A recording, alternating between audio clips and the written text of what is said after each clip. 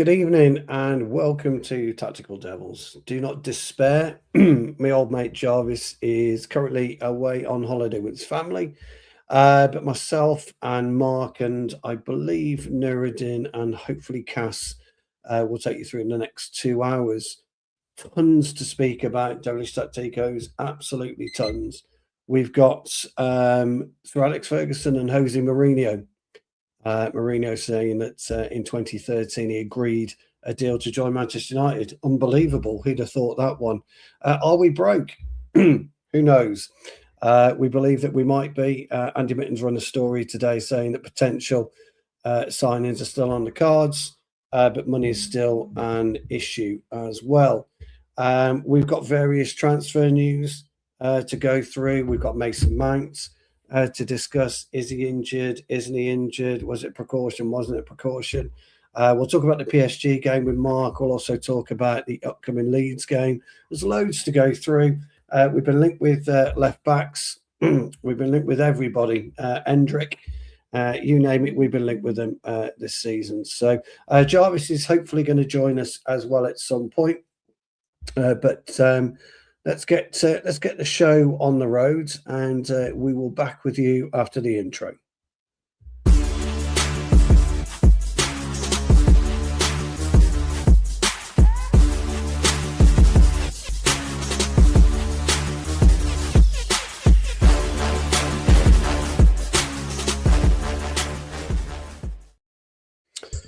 Good evening all. Good evening to the Devilish Tacticos. Evening, Mark. You're looking fresh there with looks like a new trim and no beard. Yeah.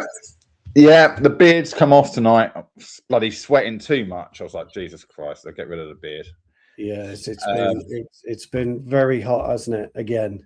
Yeah. So we've had fluffy hair galore, everything straight out the shower, walk the dog, come on the show. Yeah, it's just one of them nights. Yeah, I've done it today. Getting into the Devilish Tacticos, we will do our very best, me and Mark, to guide you through the show tonight. Jarvis is in Sunny Creek, having a great time with his family. I've just spoken to him on the phone. He's going to try and join us for a few minutes when he gets back to his hotel room. So he was waiting for a taxi momentarily after a few beers, I believe. Only joking, Jarvis. We know you're there with the kids. Big warm welcome to Tom Porter already in the house.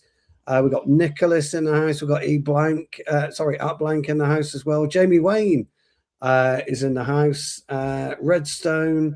Neil Driscoll, welcome, Neil, again. And who else have we got? It's Just Me 43. Ramos is in the house. Oh, crikey, who else have we got? And we got Sadek in the house as well. Welcome all. I want to get you thoroughly engaged with us tonight, me and Mark.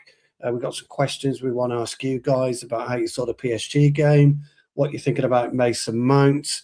We'd love to talk to you about the incidents that happened with JJ Gabriel over the last couple of days, which I know Cass went live with, which is despicable from any walk of life. So good evening to you all. Good evening, Mark. How are you, my old mate? I'm really good, mate. I'm really good. Starting to get back into the swing of things with shows and that now. Starting to feel it again.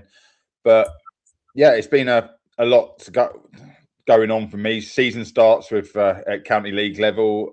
Worthing, obviously, my team I now coach for, went to Carlisle and won their first ever National League game. And what a game that is, from the South Coast to Carlisle, literally. Oh, yes. You were down in Bristol, you ain't going much further. No, you're not. No, I'm injured at the minute, so I'm not looking forward to the new season. It's just not good. My head's scrambled. I don't like it. I've got a bad knee injury at the minute. Nuruddin, I did text you on WhatsApp the link, my old mate, so you should have that. If you haven't, let me know. Oh yeah, you've got it. Brilliant. Yeah, so join in when you can. And Cass is also just messaged to say that yes, he'll be joining a bit later as well. So got a lot to talk about. Mark, where did we start? Because we've got absolutely tons to speak about. But I want to first of all, before we get into the transfer news, transfer gossip that's going on, I want to kind of stay away from that in a minute. So let's jump into PSG. And Devilish Tactigos, put in the chat, please, what you thought about PSG. Let's please know who your player of the match is. You can't say man of the match anymore, can you? Okay, no. Who your player of the match is? It's still man of the match when they hand it out on TV, isn't it? So I know it is. I know it is. It's shocking. So So what do you think then, Mark, of the PSG game? So obviously on my show last night, we went into no, not last night. That was a youth game. Saturday night. We went into it, and it was a game of 88 minutes really. 2 minutes to wake up, smell the coffee, and then 88 minutes we sort of grew into the game. I was a little bit concerned that I'm still seeing the same problems from last year.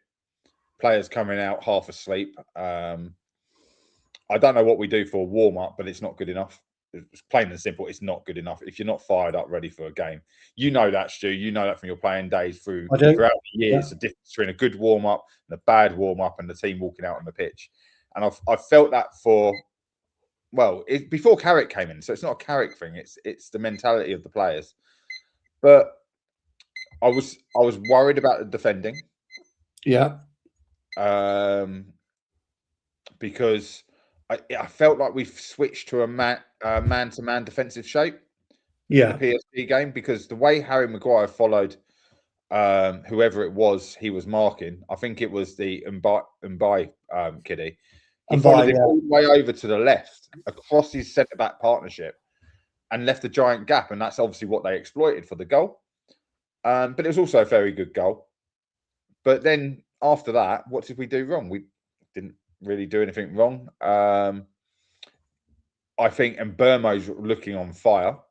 And what I mean by that, okay, he's got 3 goals, I think, in 4 games or something similar like that. But he's hitting the target with every shot. It's accurate. It's on target with power. Yeah. Looking more like the Brentford player from the 2 seasons previous. You know what I mean? Ahmad, Jesus Christ. What did we say at the end of the last season? He needs to step it up because Shea Lacey's going to be chasing him down. Yeah, he does. Ahmad's been great. Santos has been great in that game. But it's only PSG's second game. Yes. So, we can rave about certain things. We'll come on to Mason Mount doing the inevitable. And but all in all, I was really happy with the mentality. That's what you can judge in a friendly, really, isn't it? Because you said it last Monday, they weren't playing at full pace, so we didn't go at them, and that pisses me off, because it's like it's your chance to lay down okay, it's only a friendly, but if you put 5-6 past them, people are still going to take note. Yeah, they're going to think, oh yeah, it might have only been 1 or 2 if they were up to full strength. Do you know what I mean? Yeah, I do. Interesting what you said about PSG. We all know tomorrow night they've got the Super Cup, and they're playing Aston Villa, aren't they? I don't actually know where the match is, but they're playing Aston Villa, so they haven't had a lot of time, PSG, to get up to speed and really hurt us. I do agree with you. I think we played an okay game. I think there are concerns. I think Jamie's right. There are concerns, Mark, with our defending. I thought the cross ball in for Mbai to score, I thought was easy. I thought it was poor from all accounts, really. It's also very, very clear that we are missing the likes of Bruno from the start. Tielemans, I think the Tielemans, Bruno, and Santos connectivity is very nice at this point in time. I was happy with. Let me just bring in the legends. That is, here he is. The legends. How are we doing? How are we? We were just talking about the PSG game. Just having a brief one before we go into.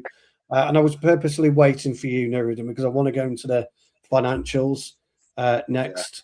So I was waiting for you, and I know Mark's got his opinion on that. But I was just saying that there were parts of the game against PSG that I thought we performed quite admirably. But there were parts in the PSG game where we were left cold, and it is going to be problematic moving forward if we're going to be relying on certain players, and they can't step up when we need them. So that's where we were. Just give us your thoughts briefly on the PSG game, please, Nurid, and then I'm going to bring in the chat because I'd like to know what the Devilish Tactico think as well. Yeah, big up, people. Smash the like, people. Smash the like. Subscribe to the channel if you're not already subscribed. Big up, everybody. Hope Jarvis is having a great one. Big up to Stu. Big up to Mark. Big up to everybody in the chat. Lovely day in Manny. Bit of sun, but having it. The PSG game, what did I think of the PSG? I thought elements of it was good, but we have to put it into context. And it's a preseason game. And the biggest thing for me, what I'm looking for, is how the type of shape and the type of way we try to play. I am very much encouraged if Michael Carrick wants to play like that. In terms of the game, I thought that press, the way they beat the press was brilliant. I mean, it was youngsters. It's their young team, you know what I mean? And the way they put 1, 2, 3, 4, bam, a ball out wide, gets crossed into, boom, it's in the back of the net. I thought that was superb. I really hope that our team doesn't get discouraged. There are times in football that other teams are going to play significant way and are going to be on top and going to play better and are going to beat your press. It's about when they get out of the press, what do you do? How do we do the hold up? How do we do buy time till everybody gets back in? And on that one, I thought they opened this up and it was a brilliant goal. It was. Yeah, it was a lovely goal. Yeah. I thought that first half, I thought bits of it, they're very technical moving the ball, weren't they? They're very good at moving the ball. I thought the first half was a little bit, but I like the look of Ahmad. And then obviously second half, a lot of the United players, the senior players came on. And I thought we deserved to get back in the game. And I thought on chances, I thought if the last pass was better, we could have easily beat them. Well, let's be honest. You know what I mean? Fletcher should have scored. That header he was so scared to head the ball. It was clear as day. He was turning away his body because he thought contact was coming. This is what I talk about a lot on my channel, how scared these youngsters are. It does worry me. The physical game. I mean, they're learning as well. I don't want to be really too harsh on them, but because it is scary being at that age playing men's football. It is scary. There's some nerves. You're not gonna get everything right. Do I think that they lack physical aspects of it? Yes, they do. They both lack. But I thought some of the things people are saying about them is a bit out of order because I'm like, they're youth players, they're young players. I'm not expecting Darren Fletcher to play. Sorry, not Darren. Jack Fletcher to play a lot next season. I would actually send him alone. I would get them out of the comfort zone and send them on loan so that they grow up a bit. And, you know, like a friend of mine always used to say, go and send them on loan in League One for men who have to pay bills. No, that's true. You know what I mean? That's true. You know what I mean? You have to pay bills. People, man who've got 3, 4 children and big mortgage. You send them out because exactly, and they get sharpened. You know what I mean? They see that this is a life. The football and how they train, how they look after themselves, what they're doing in those leagues. But in terms of the game, I like the way we're trying to play throughout the preseason. I'm not getting too giddy and too overexcited. I thought the first game, Wrexham, they were weak. They were a week ahead of us. They were. Yeah. Look, I think you both make some great points. I like you talk about courage, Nuruddin. That's totally right. Mark's exactly right about being afraid to chuck your head in at the pivotal point. And that's where we are right now with our youngsters. The bits and pieces I saw with the Santos, Tielemans, Bruno connections, I thought that was excellent. And Mark's right about Mbeumo. He's hit the target pretty much every time. We're seeing something different from Mbeumo because, and you're both going to say it, he's had time off and he's had a pre-season. And that's what he needed. He had no time off before he came into us. He now does. I think Cunha will start to sharpen up. It's great to see De Ligt out there. Great to see Sesko out there, both suffering from injuries. De Ligt in particular suffering from a nasty injury. But I'm going to say it, guys. and it's not a told you so moment at all, because I'm not like that. But I thought we missed Yoro at right back at the beginning of the game. I think he's been playing quite well there. I know he's been forced into it. I understand that side and I understand that metric. But I think we'd all agree, and in the Devilish Tacticos, that Yoro's performed very, very well at right back. Now, do I expect him to start in Hull in 2 weeks' time? Probably not. I think Dallo gets the nod. Welcome, Grace. I know you're in the chat, my darling. I think Dallo gets the nod, but I'd like to point out, I think Yoro's had a stellar time at right back, considering he's been chucked in there. But we all know, we're all footballers. Nuruddin, myself, and Mark and Jarvis is in the chat. We've all been asked to play somewhere different on a football pitch. We've all embraced it, haven't we? And I think players can do that more than not. We've got to get into it, lads. The elephant in the room. There's been a couple of things that have come out today. I think Andy Mitten came out with it because he knew the Liverpool story was going to break at some point today. And that is the financials at our club. And Andy Mitten's come out and he said that potentially there is money there. But again, they're talking about penny pinching. They're talking about certain things. I want to start, if you don't mind, Mark, with Nuruddin on this. And then I'd like you to chime in, though, with Nuruddin and start the debate going, because you two are absolutely superb when it comes to financials. You both know what you're talking about. Nuruddin, what's your thoughts on this? I don't want to touch on Jeff Bezos yet, but what's your thoughts on where we are currently? Listen, F. Jeff Bezos, man. Pay the working class people fair wage. Yes. That's what I'll say. Pay the people fair wage. Let them use the toilet. Oh gosh, some of the horrific stories at Amazon factories is unbelievable. But Manchester United can spend. There's no PSR, there's no financial fair play, there isn't any of this. I think last year or the year before, we were close to the financial fair play, but they did something which meant that it released some funds, because I think Manchester United PLC, Manchester United, they did what most clubs are doing now, like financially. They're using all these different instruments to make sure that FFP or PSR, even though it's changed now, it's not PSR anymore, it's something different. I think it's something about the wages. So the squad and the cost of your squad's wages has to be 70% of your earnings, what you earn. So yes, is it called CSR now or something CSR, like that? Yes, it's something like that, isn't it? It's a bit strange. So there isn't any problem, but we know the bigger agenda. We know what Jim, every time he gets in front of the camera, he never talks about trophies. He never talks about Manchester United competing. He comes out with Manchester United making profit again, making the club profitable again. The reason why they sacked 500 people, the reason why this lad just resigned recently is because they are squeezing every aspect of the football club. And we know what they've done with the season tickets and how much money they're taking out of the club. Even though they were not in Europe last season, Manchester United still made a lot of profits. Manchester United is one of the most profitable football clubs. Now, when they talk about liquid cash and all that kind of BS, the debt is always going to be there. The debt is hanging over. And last time I checked, it was just over $1 billion, or maybe they debt refinanced some of the transfer money that's over the past couple of years. I think yes, that's right. We took some credit from some banks, about I think a couple of $100 million or whatever it was.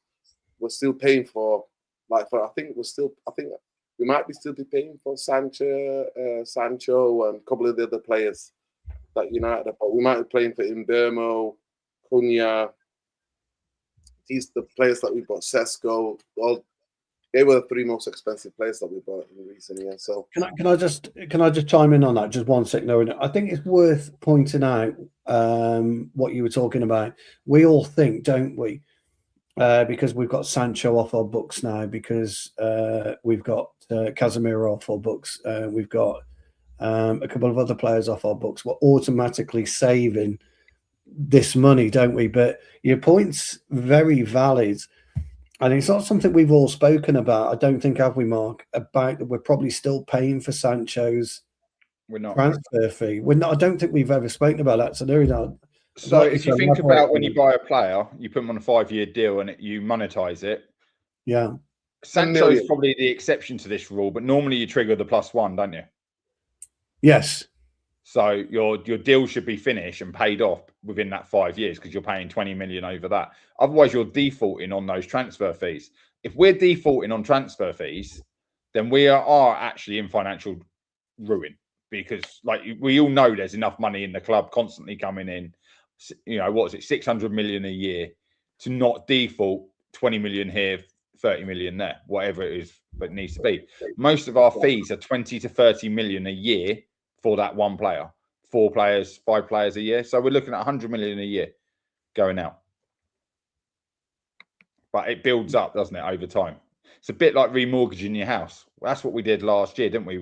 We refinanced the credit facility to free up more money. Yeah. But we all know that means we're paying a higher interest rate. Yeah. So our debt's something around along those terms.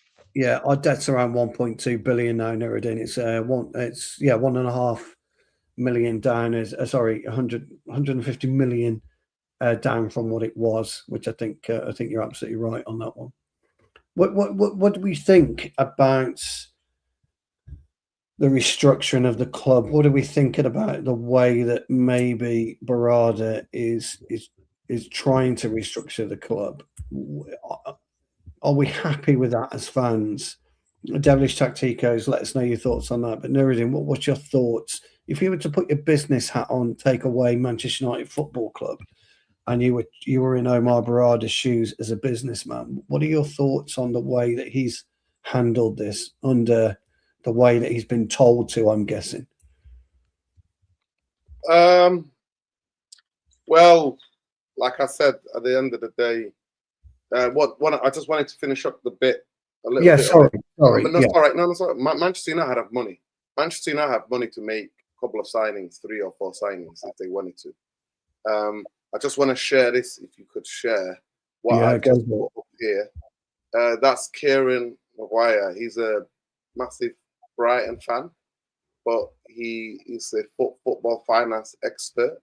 I've just shared it. So if you share it, it's on the bottom, just there. It's on the bottom, is it? Okay. Yeah. If you can just put it to the screen. 1 second. Yeah. So it says here, the cash reserves are fine. Football finance expert Kieran Maguire tells the iPaper, being back in the Champions League, that's worth another 50 million, probably closer to 100 million by the time you factor in the 4 home games as a bare minimum, realistic 6. They make a lot of money from ticket sales. They pick up a lot of prize money from UEFA. They'll have bonuses which will kick in from the sponsors because it's a Champions League, or nothing as far as your sponsors are concerned. So I don't think their lack of activity. I do think their lack of activity is odd. They got got the capacity to spend. So Manchester United can spend. It's not. A couple of years ago, we were close. I think a couple of years ago, he was explaining that what was then PSR, we had to be careful. We had to be careful, like in terms of what we spend. At the end of the day, my view exists. Business football, you can take it away now, Stu. Business football, and business is totally 2 different things. You can't run a football club like you would run your local supermarket or your local car dealership or any type of business, or you can't run your high street clothes shop. Do you know what I mean? You can't run football like that. Football is specifically type of different. Football, majority of the football clubs, 20 clubs in the Premier League. Was it 18? 18 clubs or 20 clubs? 18 clubs. It was 20 back in the day, people. It was back in the day, yeah. It was. 18 teams in the Premier League clubs make losses. You're not in top football to make losses. Now, if you're competing constantly for big trophies and you're winning trophies, you make more. You make more money, of course. Yeah. But what Manchester United are doing is what Jim has always said. Jim has never said about competing, like I repeat. He's never talked about, because that's all we hear from. We never hear from Joe Glazer anymore. I don't know if anybody's noticed. We never hear from any of the. We don't even see any of the Glazers anymore. Jim the racist rat has become the guy. He's the mouthpiece. Omar Potato Barada is. Wilcox Weetabix is. These people we hear from. They're not the people with money. Now Jim has to ring up Joe, and we know the time difference, and we remember how Manchester United used to be run. So the money's available. Now, the thing with me is that I did not want Manchester United to spend 85 million or 100 million pounds or 90 million pounds on Mateus Fernandes and Tonali, because I don't, me personally, as a fan of football, I watch more Mateus Fernandes than I watch Tonali. I think Tonali is good, but he's not worth 90 million. He's not worth 90 million. But do I think Manchester United could sign players that are worth 50 million, 55 million, 60? Yes, they could have. Manchester United have the capacity to go and sign 3 or 4 players at that 50 million range, 50 to 60 million range. They have the capacity to do that. They just don't want to do that for whatever reason. And I don't know, I'm sure I spoke about it in here. We said everything we said about last season. 1 game a week. We said every time Carrick looked to the bench, there was hardly anything for him to come and operate to change things up. Now Manchester United, if we stay in the Cups, if we get to do a couple of the rounds of the Cups, what we all hope, even though I don't give a damn about the League Cup, the FA Cup is mine. That's the greatest cup in world football, as far as I can see. Right, it's the greatest cup in world football. So I will want to get to the later stages of the cup. That means certain periods of the league, already 8 games guaranteed in the Champions League. Manchester United might have to play 3 times a week. So, saying that, I believe, I said 6 to 7 players. I think we need 8 or 9, but I was like, okay, this summer, I'll take 6 players. I want to repeat to people. Casemiro left. Apparently, according to reports, they were going to get rid of Ugarte. So who have we bought in? We bought in Santos and Tielemans. So we're going to go into more competition next season, hopefully. Yeah. And we've only replaced 2 players with 2. So there isn't any plus. So this idea of these PR stuff, I mean, big up to Andy Mitten. I used to love the fan scene as a kid. You know what I mean? He was one of the people who basically went to the government to try to stop the Glazer sale. But now he's in bed with all of that. They are certain journalists. He works for the club. He does interviews for the club. He interviewed Casemiro for the club. So he does certain things. So for me, he's always propping up. He's never talking or telling truth about what is really going on. Yes. Yeah. Mark, where are you with what with where we are and what Norridge's been talking about? We all know about the money's available. That's not really the question, is it? It's about why we're not spending it. I've seen that why Norden's been talking. I'll keep an eye on the chat. I did really like the take that we spent our transfer budget on buying the land. That was from Jamie. That was Jamie. There might be a bit of truth in that, but what I will say is INEOS is coming in, and we know they run the football club as a business, and they destroyed Nice. Then they ain't doing great in Switzerland, and we've got to always be skeptical they're going to do the same to us, right? But money makes more money when it's sat in the bank. So we may have got all this money in from the, from Champions League, new sponsors, and it might breed more money for us in January. It might breed more money for us in their heads next summer, always next year. Do you see what I mean? But Norden, you touched on the fact about the midfielders. We were going to get rid of Ugarte. We haven't. He got injured. So now we are +1 because Ugarte is still on the books. Rashford hasn't gone. We are +1. Rashford is still on the books. So what they projected to happen hasn't happened. At least 2 players there. The amount of players we're going out and signing, numbers-wise, actually, we signed, I think it was 4 players I went through last night for the under-18s/21s.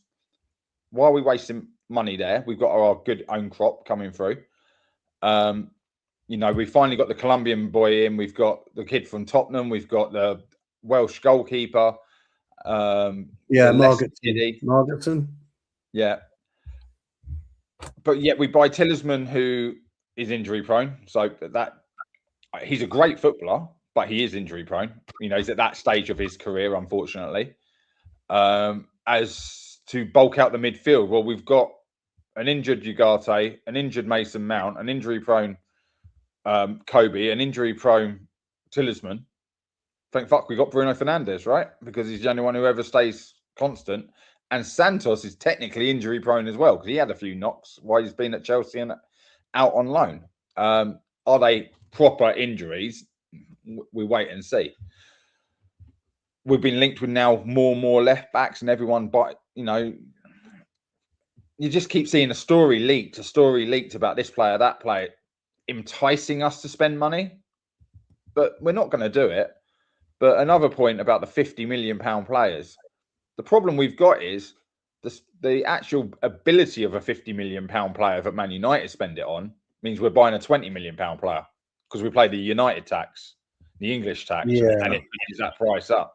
Are they worth 50 million? No, the £50 million player we pay 80 to 90 million for. And we always have done. So I hate us not spending. I want us to improve. Not if you got good negotiation. Just to say that if you got people who know what they're doing in the transfer window, you can negotiate a decent price, 50 to 60 million. Plus, you can negotiate. We don't have those experts. We've not had them. Instead, we've got Wilcox, who had a stint at championship level for 6 months, I think, or 7 months, or a season nearly. He was a director of football. So, director of sport. So that's what we've got. It wasn't even 4 months. It wasn't even 4 months. He got promoted at the end of the season, and we snapped him up at the beginning of the season. Well, there you go. And then you got Barada, who was a COF at multi-club thing that he was looking after. And that's who we got. So we got two guys learning on the job, but nobody's going to tell you that, people. We've got two people who are learning on the job. Yeah. Well, none of them are doing the job they're meant to be doing. Even Favel is not doing the job he's good at. He's the director of football and should be. You know. Let's just quickly talk some comments. This one in particular from Boxing. There's been some great comments. Keep them coming. Jeremy Wade's made some great points. Neil Driscoll again made some brilliant points. Boxing's made a point here. Come on, we are acting like a proper club in this window. Not wasting money, not paying United tax. That was always the only way to reset, lads. Mark, sorry, I'll let you answer that as I cut you in. Well, no, I sort of agree. But, you know, Nordin's right as well. There are ways to do it. But we're sacking people and making them redundant and changing people from one job to another, you know, job for the boys behind the scenes. But go and get these proper data guys. Go and get these negotiators, or the guy from Adidas. I can't think what his name is. He was top dollar at Adidas, but he was what part of the job at Adidas? He weren't signing players up to the boot deals. Do you know what I mean? That's the guy from Adidas I would have wanted. The one who's already got his arm around the shoulders of probably the hottest talent out there. You know, the up and coming lads. Do you want a boot deal? I think you're going to go far. Do you know what I mean? They're the ones. That's the guy you want to sign. But he is right. We are acting in a way. If you take the passion away and look at this as another club doing this, you go, yeah, they've been rinsed year after year for money, and this year they're not paying it. But we're not, are we? We're Man United. We look at the Glazers waiting on their dividends and things like that. Yeah, but I don't see it that way. So I'm not seeing it that way. I think that comment, I don't know who it was. The comment Boxing, from Boxing. Yeah, big up to him. I think that comment would stand if Manchester United were a stable football club, and Manchester United were a club that just needed one or two players. We've seen where we were the season before. We finished 15th. Then last season we got knocked out. In 100 years, we were not in both the League Cup and the FA Cup. That was 100 years, right? We got knocked out first round, and then we only had 18. So obviously the league now is not as big as it used to be. So you only had 18 teams, so 38 games to play. Manchester United needed 7 to 6 players. For me, it's not even. It is the level of the quality and the balance for the squad. I want to separate this. I'm not saying, and I don't want, maybe I'm not explaining myself properly. I don't want people to think I want Manchester United to splash the cash for anybody. No, our squad is still unbalanced, right?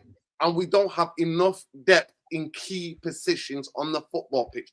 Injuries are going to come. Suspensions are going to come. We already know. We might have changed. We've changed in terms of the medical team. O'Driscoll, the doctor of death, is no longer here. He's gone. Right? He's gone. So, but still, I think because they don't spend enough money on it, I've got it on good hand. Right, Manchester's not that big. I've got it on good hand. Still, the injury and rehab department is not where it should be for a club like Manchester United. Yeah, it's like you can have all the gear and no idea of basically what he's trying to say. United have gone and spent 50 million on medical equipment, but they got Mickey Mouse running it. Yes, probably. Boxers come back again and said a proper rebuild is always slow. We seem to be letting other clubs know that United tax is finished. This is the first window I'm seeing progress lights. Do you genuinely think next season or the season after that we think that so everybody's getting taxed? Spurs get taxed. This idea that only applies to United, those days are done out here. Most players in certain positions at the big clubs cost a lot of money. Didn't Liverpool get taxed? Liverpool broke their transfer record in one transfer window. You know what I mean? So everybody's getting a tax because it's the way the thing is. The way the so-called market is hyperinflated, and we all know the reasons why football is moving that way. And sooner or later, it will crash. Yeah, you give me a great segue there because you guys, by the way, have answered the question about the finance brilliantly, as always. And I hope in the chat there has been a little bit of angst in the chat by all accounts. Whatever it is, the moderators will take care of it. But please, guys, this is not a place for angst. This is a place to come and talk football. If you don't want to talk football, you don't want to be friendly or anything like that, please try the channels.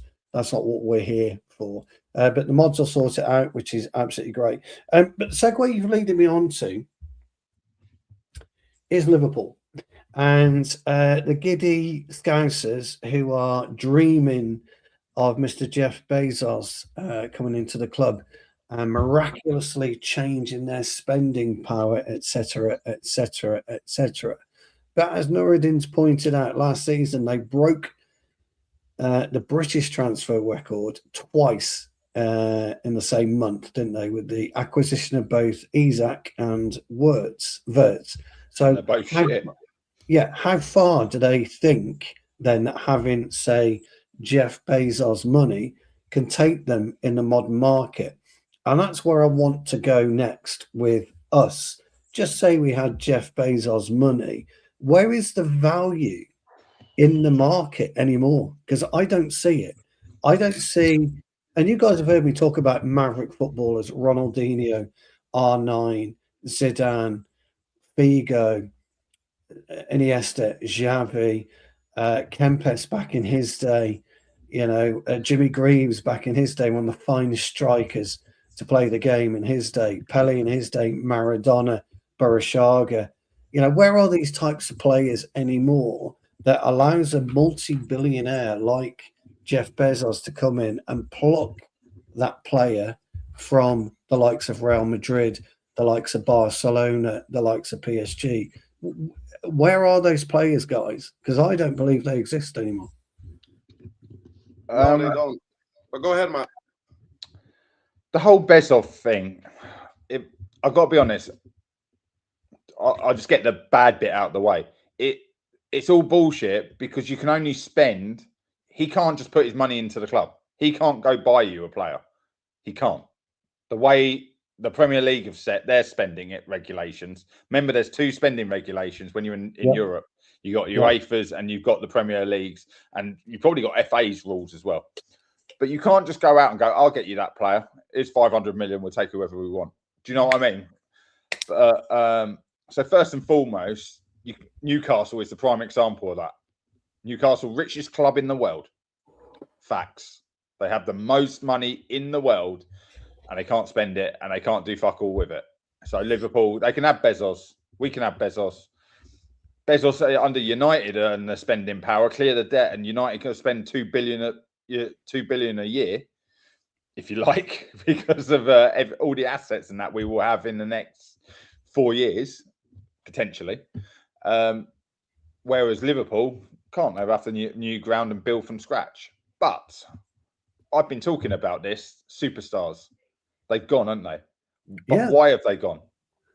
They've gone because football has gone. Yes. They've driven the Mavericks out of the game. I think they've driven them out. There are certain managers I think have killed the Maverick. I think of Eden Hazard as a prime example, a player who's probably gone through the dying age, right?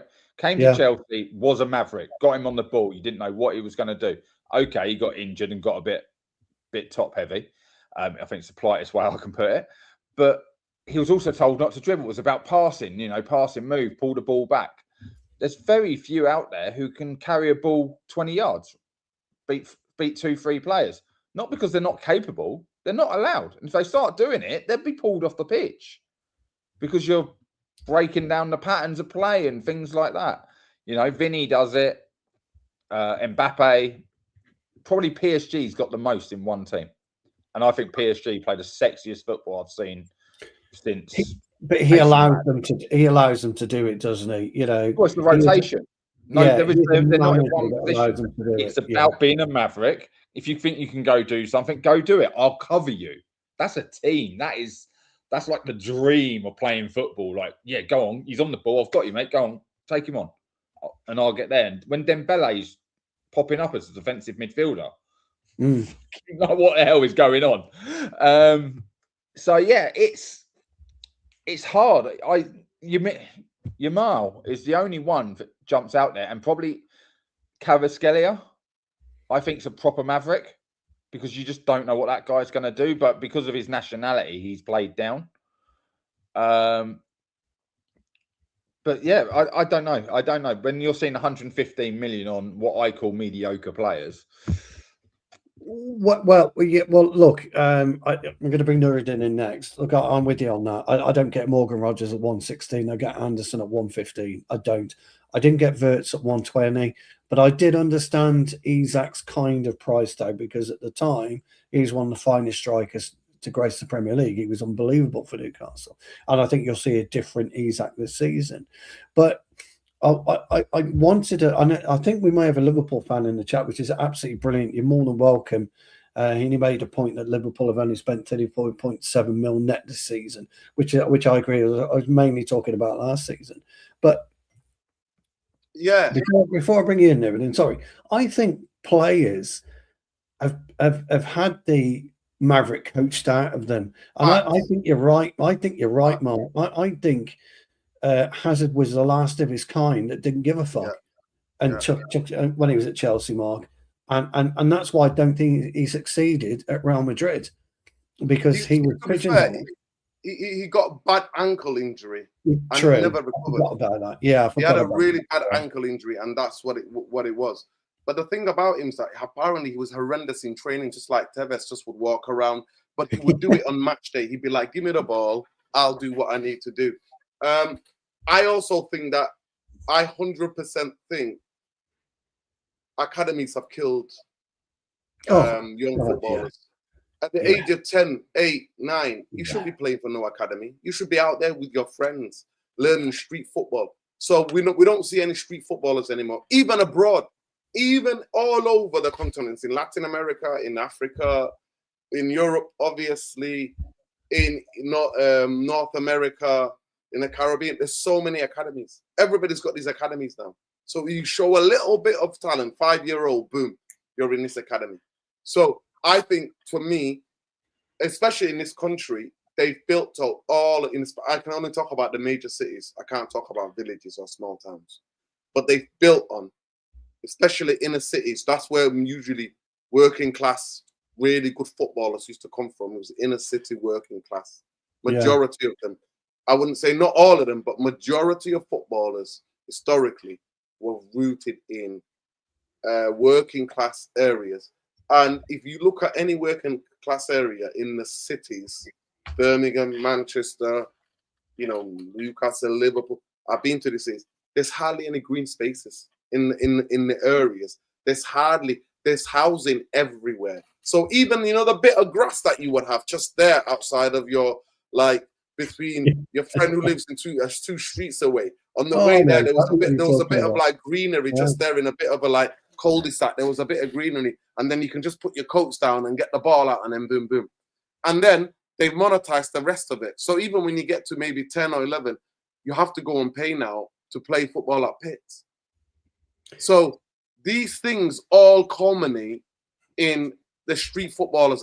There are few cages. I know they talk about the cages. So that in certain council areas, council states, there are a couple of cages.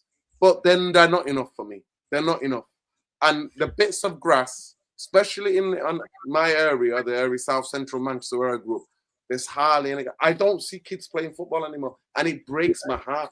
I remember we used to go under the street lights and play, especially in the summer. We had no school till 1 o'clock in the morning.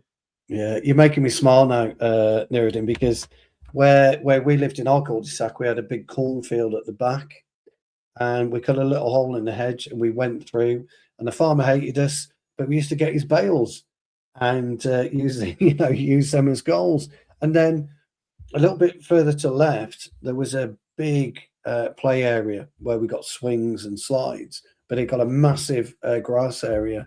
And so we used to take our coats up there, but our parents lobbied the council to get us some little five-a-side goals. We were only about 7 at the time. And we nicked our parents' white paint, all of us. We went and painted the goals, and we painted, which the council went absolutely fucking berserkers, because we used gloss paint to mark out a football pitch. And that was our little bit. Well, yeah, but that was our haven. You know, we used to go there every night after school. Parents would be shouting and screaming for us to come in for tea. Couldn't wait to finish tea so we could get back out there. Never has a true word been spoken about the academy system, because one of the things that they don't do, they don't get a kick in anymore.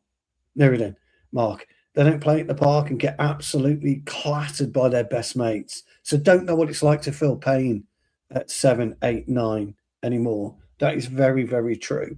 And the problem is, Mark touched on earlier when we were talking about the PSG, and he talked about Jack Fletcher, I think, or Tyler Fletcher, who missed the header. He's never experienced pain, Mark, not by a real grown man. He's never experienced that. Oh my God, I've just headed the biggest head I've ever headed in. It felt like a stone, you know.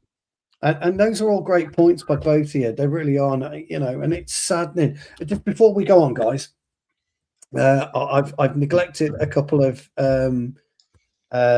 jewels from. So I'm so sorry, Tyrone, but this has been a brilliant chinwag. So Tyrone's given us 200 jewels. That's a jamming. I don't know what a jamming is, Tyrone, but whatever it is. Jamming. I don't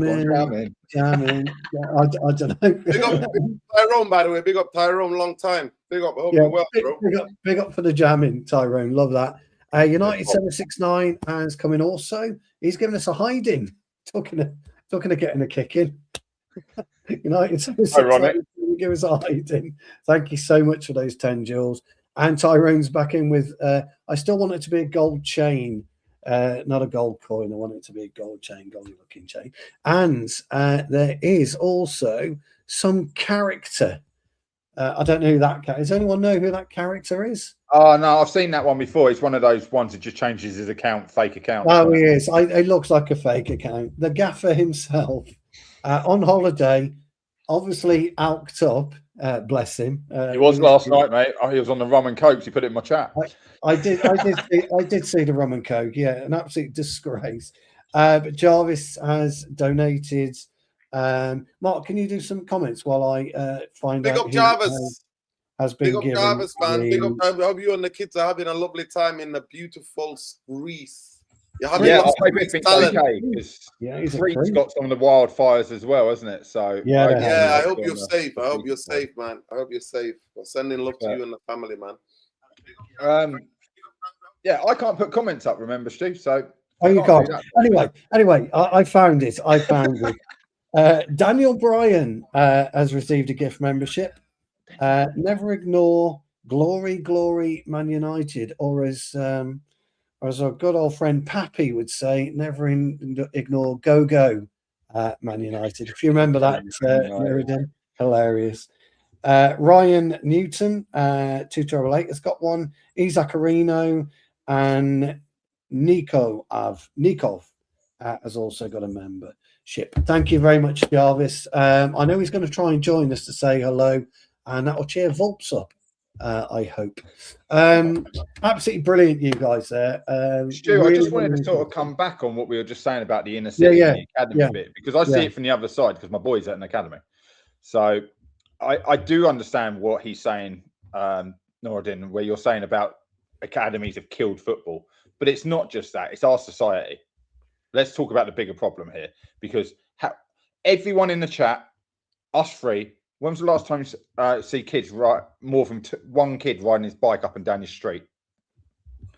Well, actually, Nuruddin, you might be a bit different. You might see a lot of e-scooters and things like that. But do you know what I mean? If you can't see kids allowed to play outside because their parents don't think it's safe enough, or they can't get themselves away from electronic devices, we're living in a different world. So I used to be down from 8 o'clock in the morning in the summer holidays where we are now till 10 o'clock at night playing football with my mates, right? Yeah. There's no way I'm letting my kids do that. No way in hell I'm letting my kids do that, right? So they can't. So now actually going to an academy is an advantage, but people rip off. The word academy needs to be copyrighted, and you have to actually pass some kind of like test to be able to use it, because anyone, Nuruddin, do you want to start an academy tomorrow? Me and you, we're just going to coaching, we'll just do it, yeah? Because that's how easy it is. You can just put the word academy on there, have great PR, and you can get kids in, and you think you're teaching them football. But the physical side of things, we've spoken about it so much. It's not about physicality and getting a kick in, because I remember being like 8, 9 and being down the park playing with all the Indian guys on a Sunday, where they'd all go down the park and play football together, you know, and I'd join in with them. They were happy to let me play. I went and joined in. They were twice the size of me, and I got kicked, right? But what about reserve team football? How many times have we spoken about that? Oh, boys against men. Yeah, you need it. Rather than 21-year-olds against 21-year-olds, 18-year-olds against 15-year-olds, 16-year-olds, 17-year-olds. Our players refuse to go out on loan. What are you doing at 20 playing in one of our youth teams? Because the gap between a 21 and a first team thing is massive. There is nothing to bridge that gap anymore. You need to be on loan. And if you think you're going to sit there, your career's already dead in the water. That's why players don't make it. I done a whole show on it last night. It's the mentality. I'm here. I'm going to do it. I'm going to do it. I'm going to, doors shut, mate. Out you go. You know, you can't get into the first team now. You've hit 21. You're not going to be a first team player. We're not going to pay you anything. Doors shut. Whereas that reserve team football, you got to prove it. You might have got a Roy Keane with his arm around his shoulder going, actually, this kid's got something. Do you know what I mean? You might not. Yeah. It just needs to grow. He needs to fill out. But our 96 team, Ryan Giggs, anyone like that, they all came through the youth system at 6, 7, 8 years of age. They did. What changed? Us as a society has changed. And that's what it is. They're not living and breathing football. They turn up. They're all more like a Ben White now than anything else. Turn up, do football, and then fuck off and do on their phone and do whatever else they want to do. That's the problem. And that's why players don't make it. But the cages, I totally agree with you, Nuruddin. You think of Sancho, cage footballer. That's what it used to be. In London, city centres, smashed up cages. But what's around those cages now? I know from the south side of London and things like that, you don't want to go anywhere near the cages. You know? Look, I agree with you. I said in the show a couple of weeks ago, I want to see a open age group Premier League 2. I don't want to see any under 23s anymore, under 18s anymore. Yeah. I agree. Bring back reserve football, yeah. Yeah, and then we can do something. I think players will mature quicker. The levels would go up straight away. The levels will go exactly. up. And we'll get much better. It becomes do or die, doesn't it? You either you fight or you die. You fight or die. Yeah, 100%. Great segment, but guys. Matt, I think I agree with a lot of things what you said, but I see a lot of kids who want to play football, but the green spaces are not there. No, agreed. And now you've got all these five-a-side leagues and that taking away chances to actually play football. How are kids going to afford like $5 each to hire a little pitch? Like, it's crazy. Yeah, so that is true. We've had, I mean, where I am, I'm pretty lucky. We've got loads of greenery and the kids can play out, but that's just where we are and where we live. But if do they? No, they don't. No, they don't. Exactly. Because, you said they can, and it wasn't the kids play out. No, it's because they can. I mean, I saw the other day, 2 young children, they got a small goalpost out and they got this terrible ball, which, you know, was like it was when I was playing. So I went to my garage, I got them a ball out and I gave them a ball. And it was lovely to see them screaming when they scored a goal and happy, you know, but I haven't seen them do it again for a week. Fucking hell, Jesus Christ. If my mum and dad... They sold your ball and bought a fake. Yeah, if my mum and dad had bought me a little goal when I was a kid, fucking hell, I'd have been like, Jesus wept. I'd have been in heaven. But they don't know because they're playing FIFA or whatever it's called. I don't know what it's called at the moment. Whatever the latest incarnation of that is. They're all waiting for Grand Theft Auto 6 to come. They shouldn't be playing at that age, but they are. They're shooting up. They don't get out of bed. They text their parents. Can you bring me my tea up, please? Can I have a drink, please? They don't go down. They don't interact with the parents. Jesus Christ. You know, my old man, Nuruddin, your old man, Mark, your old man, get out the fucking house. Get out. I'll be tipped out my bed, mate. I'll be tipped out. Exactly. Yeah, get out of the house. I don't want to see you till lunchtime, or I don't want to see you till tea time. Get on your bike. Get on your grifty. Are you kidding me? I used to get in trouble. Where have you been all day?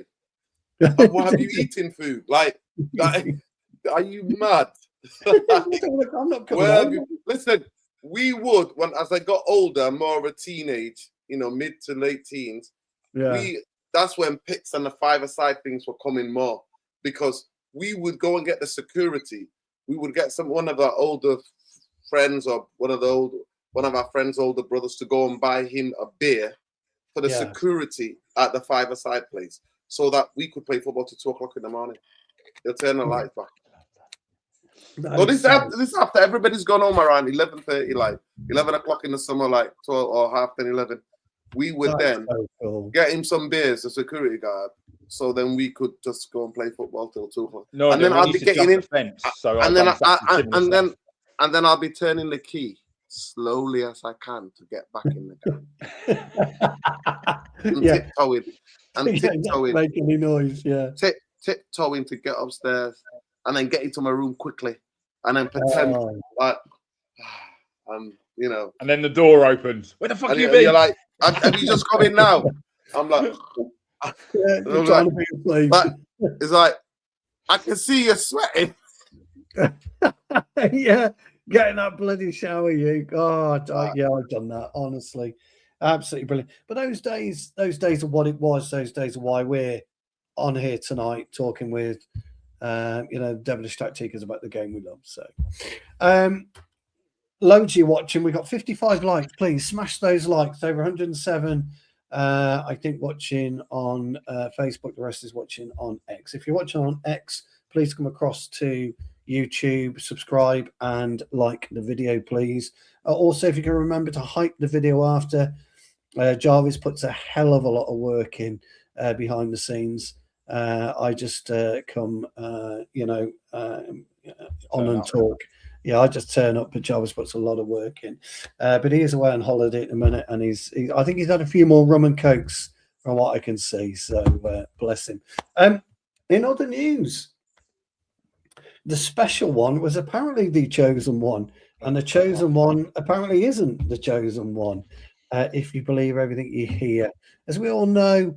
Mourinho's documentary is out on Netflix, and he was asked about Manchester United in 2013, and he has come out and said that he signed to join Manchester United, but then Chelsea came back in and the tears started flooding, and he had to phone Sir Alex and say that he couldn't go. Mark, you must have heard it and read it. What's your thoughts? I'm thinking, does lightning strike twice then? Because Arsene Wenger was also confirmed as about to walk through the door to leave Arsenal the first time when Fergie was going to leave. And now Mourinho's saying he's going to do exactly the same thing the second time when Fergie did actually retire. Yes. There's got to be some truth in it. And there's got to be a lot of smoke blown up the story, because he can't just come out and say it. It'll be shot down, right? United could just come straight out and say, that's not true. It's false. I want that taken out, liable or something like that. I don't know. I don't know where that would stand. You know better than me, Stu, on that part. But I wouldn't have wanted him, especially at that point in time. Definitely not. I wouldn't have wanted him. Park the bus football at its best, wasn't it? Yes. But Mourinho or Moyes? Fucking hell, do you want sandwich or sand? Do you want to live or die? Jesus, it's so different. It's so different. I don't know what to make of it, Stu. I've heard it, and I don't believe it, because I think I'm scared that could actually be true.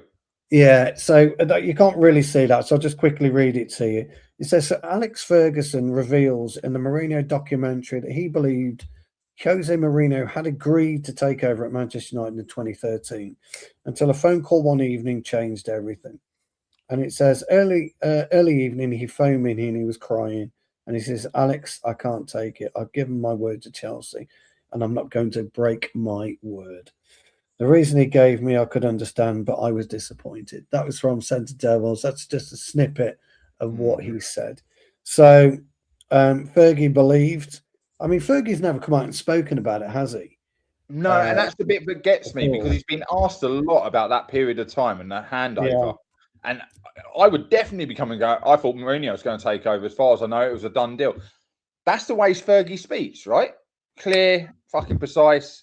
But at the same time, if Fergie says he said this, it's got to be true. That's where I don't know how to take it. I mean, it's quite interesting when you listen to David Moyes' account, and he says that ultimately he was told that you're going to be the next United manager. That's what David Moyes says. Stu, you might want to take the thing off. I can't see Norden.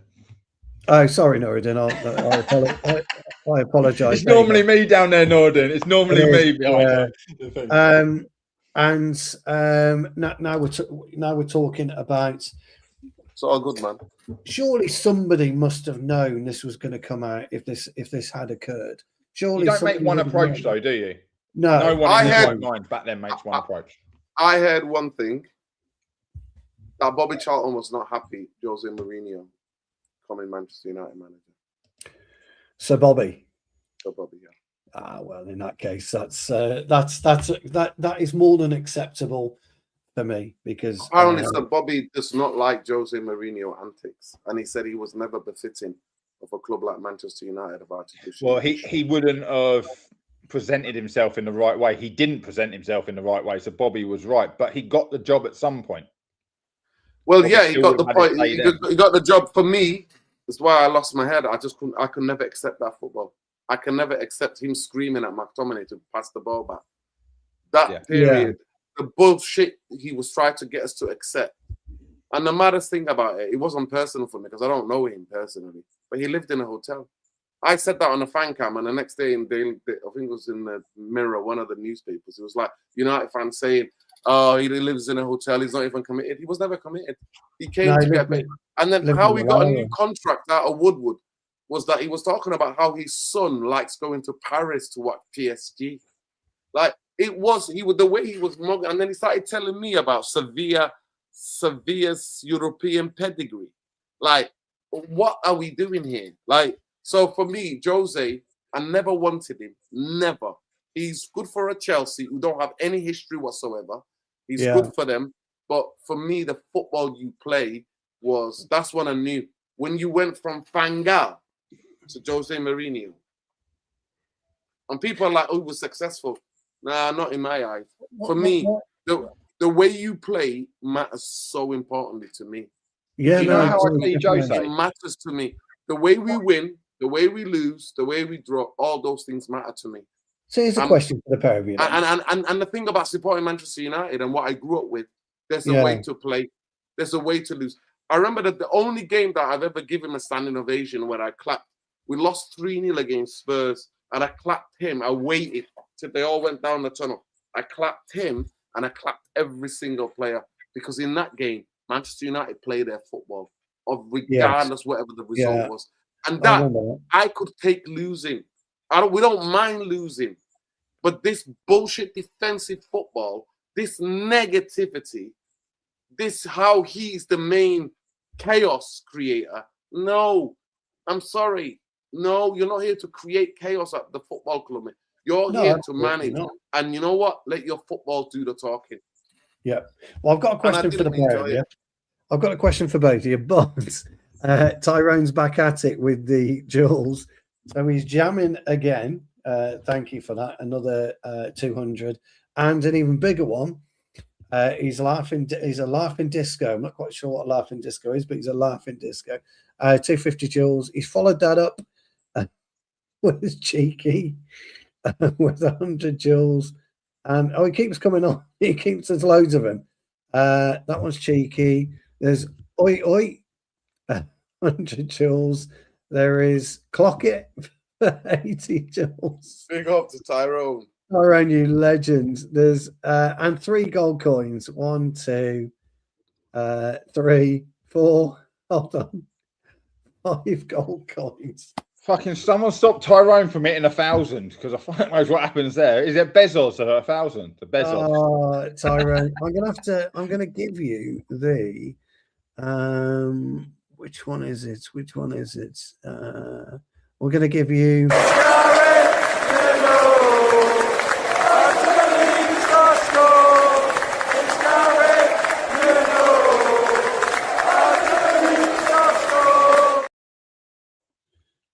Tyrone, you absolute legend. Thank you very, very much for that. That is absolutely brilliant. Guys, so my question to you both, and the Devilish Tacticos as well, why haven't we got it right since, Sir Alex? I mean, you both made great points. Forget. Okay, maybe David Moyes wasn't given the right backing and a long enough time, but we went to Louis van Gaal and we went to Jose Mourinho. Why have we not made it work since, Sir Alex? Go on, Norden. I'd like to hear this on this. I know my personal reasons why, but why? Either one of you. Sorry, it just dropped. Ask the question again. Yeah. Why haven't we been able to make it work since, Sir Alex? I mean, I'm talking Van Gaal and I'm talking Mourinho. And whether we like Mourinho or Van Gaal or not, but 2 quality managers. There you go. Right. I just okay. Give me a minute quickly. I'll sum it up a minute.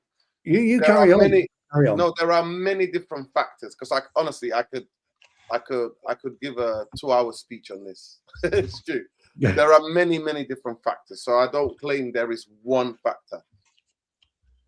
Ferguson was a general manager. Those of you who watch American football know what I'm talking about.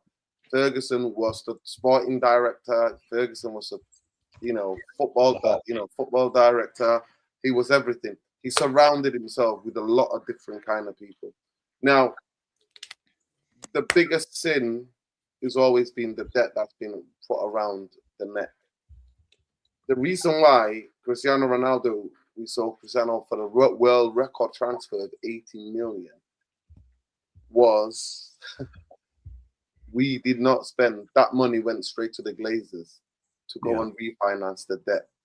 That original 550 million, whatever it was, they used to buy Manchester United. Fergie would come out as the top 8, 10 teams in Europe were buying the best talent. He would come out and say there was no value in the market. Now, not the same as what Stu meant before. Stu meant in terms of top quality players, like pure quality footballers. Yeah. That's what Stu was talking about. he's not talking about the same what Fergie. So Fergie would cover up. But then obviously when the Glazers took over, they made Fergie. If those of you remember, both of you are old enough to remember, both him and Gil were against the sale. If you remember the days leading up, they were both against it. Hostile takeover. This is not good for Manchester United. Both of them got made that. Gil got made the highest, I think he was the highest CEO, if I'm not mistaken, paid CEO. And Fergie got made one of the highest paid managers in world football. That's At the end of the day, what it was. But Fergie had football control and he put so many people in different positions. But obviously, the succession to get him out was not done properly. Jose can come out and go, yeah, I said yes, then no. I mean, it just shows you what kind of person he was. Fergie squeezed every inch out of that aging team. Fergie was playing at times, you know, throughout the different years. Fib Barsley, Gibbs, who went to, was it Darren Gibbs? Darren Gibson. Darren Gibbs, yeah. He was playing so many of these different type of players. The guy who was at Watford, who became a coach, midfield player from down south. Yeah, you're on about blonde-haired lads. I know exactly who you're talking about. Yeah, it's like there's loads, there's endless. Yeah. So he was squeezing everything, getting the best cleverly. Cleverly. He was getting the best out of everybody. And we had Vidic and Rio who were coming down to the end. Evera, do you know what I mean? We had players, you know, by the time before that, Gary Neville already gave up. So we lost a lot of the leadership. And there are clips going around. I don't know if you saw it. There was a specific one that I watched, the overlap, where Rooney was talking about, asking Gary Neville about the commercial reality, how the commercial, and this is Nicky Butt as well, how Manchester United moved. Because Fergie still will go, it's up to the players, you know, how much they're doing, and he would curtail. But Manchester United were already becoming more commercial, the commercial aspect of Manchester United. Well, they were forcing the advertising deals and things like that into their contracts and owning their rights. Yeah. Ferdinand's talks about that a lot. Yeah. So that was becoming, so the football wasn't the focus anymore. Fergie was the last guard, even though he wasn't improving. And that's why, to be fair, he didn't buy players. You would like to think somebody like Fergie, and I've heard it some before, and this is my own belief, in my humble opinion. Fergie left and was like, if they win or not, let the other guy rebuild the squad. Some people do that. Some people will rebuild the squad and go, right, I can go and leave now. Now, there are different ways to do it. Do you understand what I'm saying? Different ways to do it. Fergie, like, you know what? They can sort it out now. And also, Fergie was understanding the power that the likes of Woodward and the bankers, Matt Judge, Woodward, and Richard Arnold were having the influence on the Glazers, because Woodward helped the Glazers in their takeover of Manchester United. He was a banker. He was the banker and bought in for it. Yeah, JB Morgan guy. So at the end of the day, it was that, and then the focus, because Fergie wasn't there anymore. When you have somebody stirring this, and the biggest thing, what happened as well, other people understand, the thing that what Gil and Fergie liked was that the Glazers lived in the US, and the guarantees they asked, do you not want to interfere in the day-to-day things? And they were just like, no, you just carry on. We just need the money. Do you understand what I'm saying to you? Yeah. Woodward came in, then he bought in Matt Judge, then he bought in Richard Arnold. You know, the Bristol, they call it three bankers from Bristol. I did the research, people. I did the research. I did the shows. Uni boys, when they all at Bristol University. So we're all together, we're all friends. Yeah. Right, Bristol, they did economics, accounting, and stuff like that.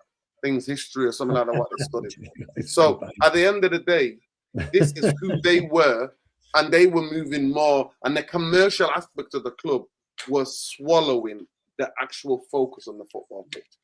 And when you've got that happening, and there are not footballing people, then the consequences are the consequences. And I just want to begin to people. Manchester United's rise came in with the rise of the Premier League as a giant, going out worldwide. We were so far ahead of everybody. Manchester United were doing things. We've always been innovative. Even the idea of like boxes. Boxes was brought in by Sir Matt Busby. Sir Matt Busby went to the United States. He went to a baseball game and he saw these boxes and he was like, you know what? we'll have a box at Old Trafford because there are rich United fans who want to sit in a box and get tea and, food and whatever. So United have always had innovative ideas. Yeah. But the commerciality aspect of it got swallowed up, and you got people who are clueless. But Manchester United, do not let anybody tell you otherwise. We were so far ahead. It's almost, I don't know what the equivalency is. I don't know what I would say today. It's like somebody gave you a brand new, rare made Ferrari if you're into cars, or a Mercedes, the rarest you can find that's worth so much, that is performing so much, and then you trash it, and that's what or you smash it against the wall, and that's what they've done. It's the equivalent of being smashed against the wall. What's happened to what Manchester United are, and we've gone on from bad decision making. That the idea, even in a continuity of football, that you would have Van Gaal and then bring in Jose, is beyond me. Yeah, no, I totally agree. Mark, what's your thoughts? I'm going to be closer to the 1 minute from what Nordin was there. By the way, how long was that? Somebody please time it. Somebody about three or four. You're fine. Look, at the end of the day, you forget the Mourinho comments and whoever he brought in. Ferguson gave one instruction when he left: keep the staff. Right? That didn't happen. So straight away, you come in clean state, you're fucked over, because that's the football club who should have enforced that. No, you're not sacking him. They stay. You're coming in. You can bring one person with you, or whatever. We didn't. We wiped his ass and went, hey, go on then, see what you can do. And then LVG comes through, and if you've heard people from that team, they all loved him. By the time he went to the thing, they were upset and everything. He was so close to getting it right, but he wanted to change their mentality. He wanted them to all come around to his way of thinking, his style of football. And, we get the FA. How many managers have been sacked for winning an FA Cup? Ten Hag maybe should have, but, it's a ridiculous thing. And then every manager is different. It's like we went, we'll go over there, we'll go over there, we'll go up there. Every manager is different, but they all have to deal with the same players. You basically build a pile of shit and expect one person to sort it out. We're now back to someone who understands the club, but he's got to deal with all the shit. So can Carrick steady the ship? Yeah, for 6 to 12 months. Is he the man to take us forward? I very much doubt it, because right now he's got no power to go get me this or I walk. They're like, fucking walk then. We'll get someone else in. That's the problem. That's where Man United went wrong. That's why we'll continue to go wrong. But it's also goes back. There may be no superstar footballers. There's also no superstar managers. You get no argument with me on that one. Great segue. Listen, thanks for that, guys. I just wanted to pose that question to you. Loads in the house. There's 263 in total watching, just over 100 on YouTube. Please, can you smash a like? We're on 65 likes. I would like to get to 100 likes from my old mate Jarvis tonight, if possible. Neil said, Neil Driscoll asked me if we could look to the future. So let's look about what's happening in the next couple of days. We do have some transfer stuff. I will be honest, it's been great not delving into the transfer side of it and talking about the club and talking about football. I've really enjoyed it. But we are going to have to. There's no news. There's no real news. There is no real. Other than that Lewis Page kid from Leicester. Yeah, apparently United are in top, but he's another youth player. Like, to be honest, he's a youth player. Yeah, I think we've been linked with a guy called Salinas, haven't we? A left back as well. Yeah, another youth player. Jorge Salinas. Yeah, Salinas. Santander. He just got promoted from La Liga. La Liga 2 or La Liga 2. He's come up with Santander. 16 million release clause. Yeah. He only wants Barcelona. He only wants Barcelona. That's the words coming out from Spain. He's not good enough. He's another Diego Leon. Just forget about it. He's not that good. I've seen he only wants Barcelona as well. I have. We are going to, I guess, have to. Let me get my. I'll tell you, I don't know. Jarvis is Neridan. How you do this production and speak at the same time? It's quite interesting. And you, Mark, you're all damn good at it. You're all mighty fine at it, I will say. No, you're doing great, Stu. You're doing fantastic. I'm trying my best. No, you're doing fantastic. You're doing fantastic. Jarvis is drinking his beers, going, "Oh my God, Stu, try and get that right." We've got to talk about Mr. Rashford. We have to. Where are we? Where are we with Mr. Rashford now that he's actually been given a squad number? Are there, do we all think, Devilish Tacticos, please put your 2 pennies in as well. Do we think that Mr. Rashford is here to stay with the number 14 on his back? Or and by the way, the Fenerbahce link was quite a little tenuous because I think, am I right in saying who they've signed? Yeah, Lukaku. Now, have you seen, by the way, Fenerbahce's starting 11?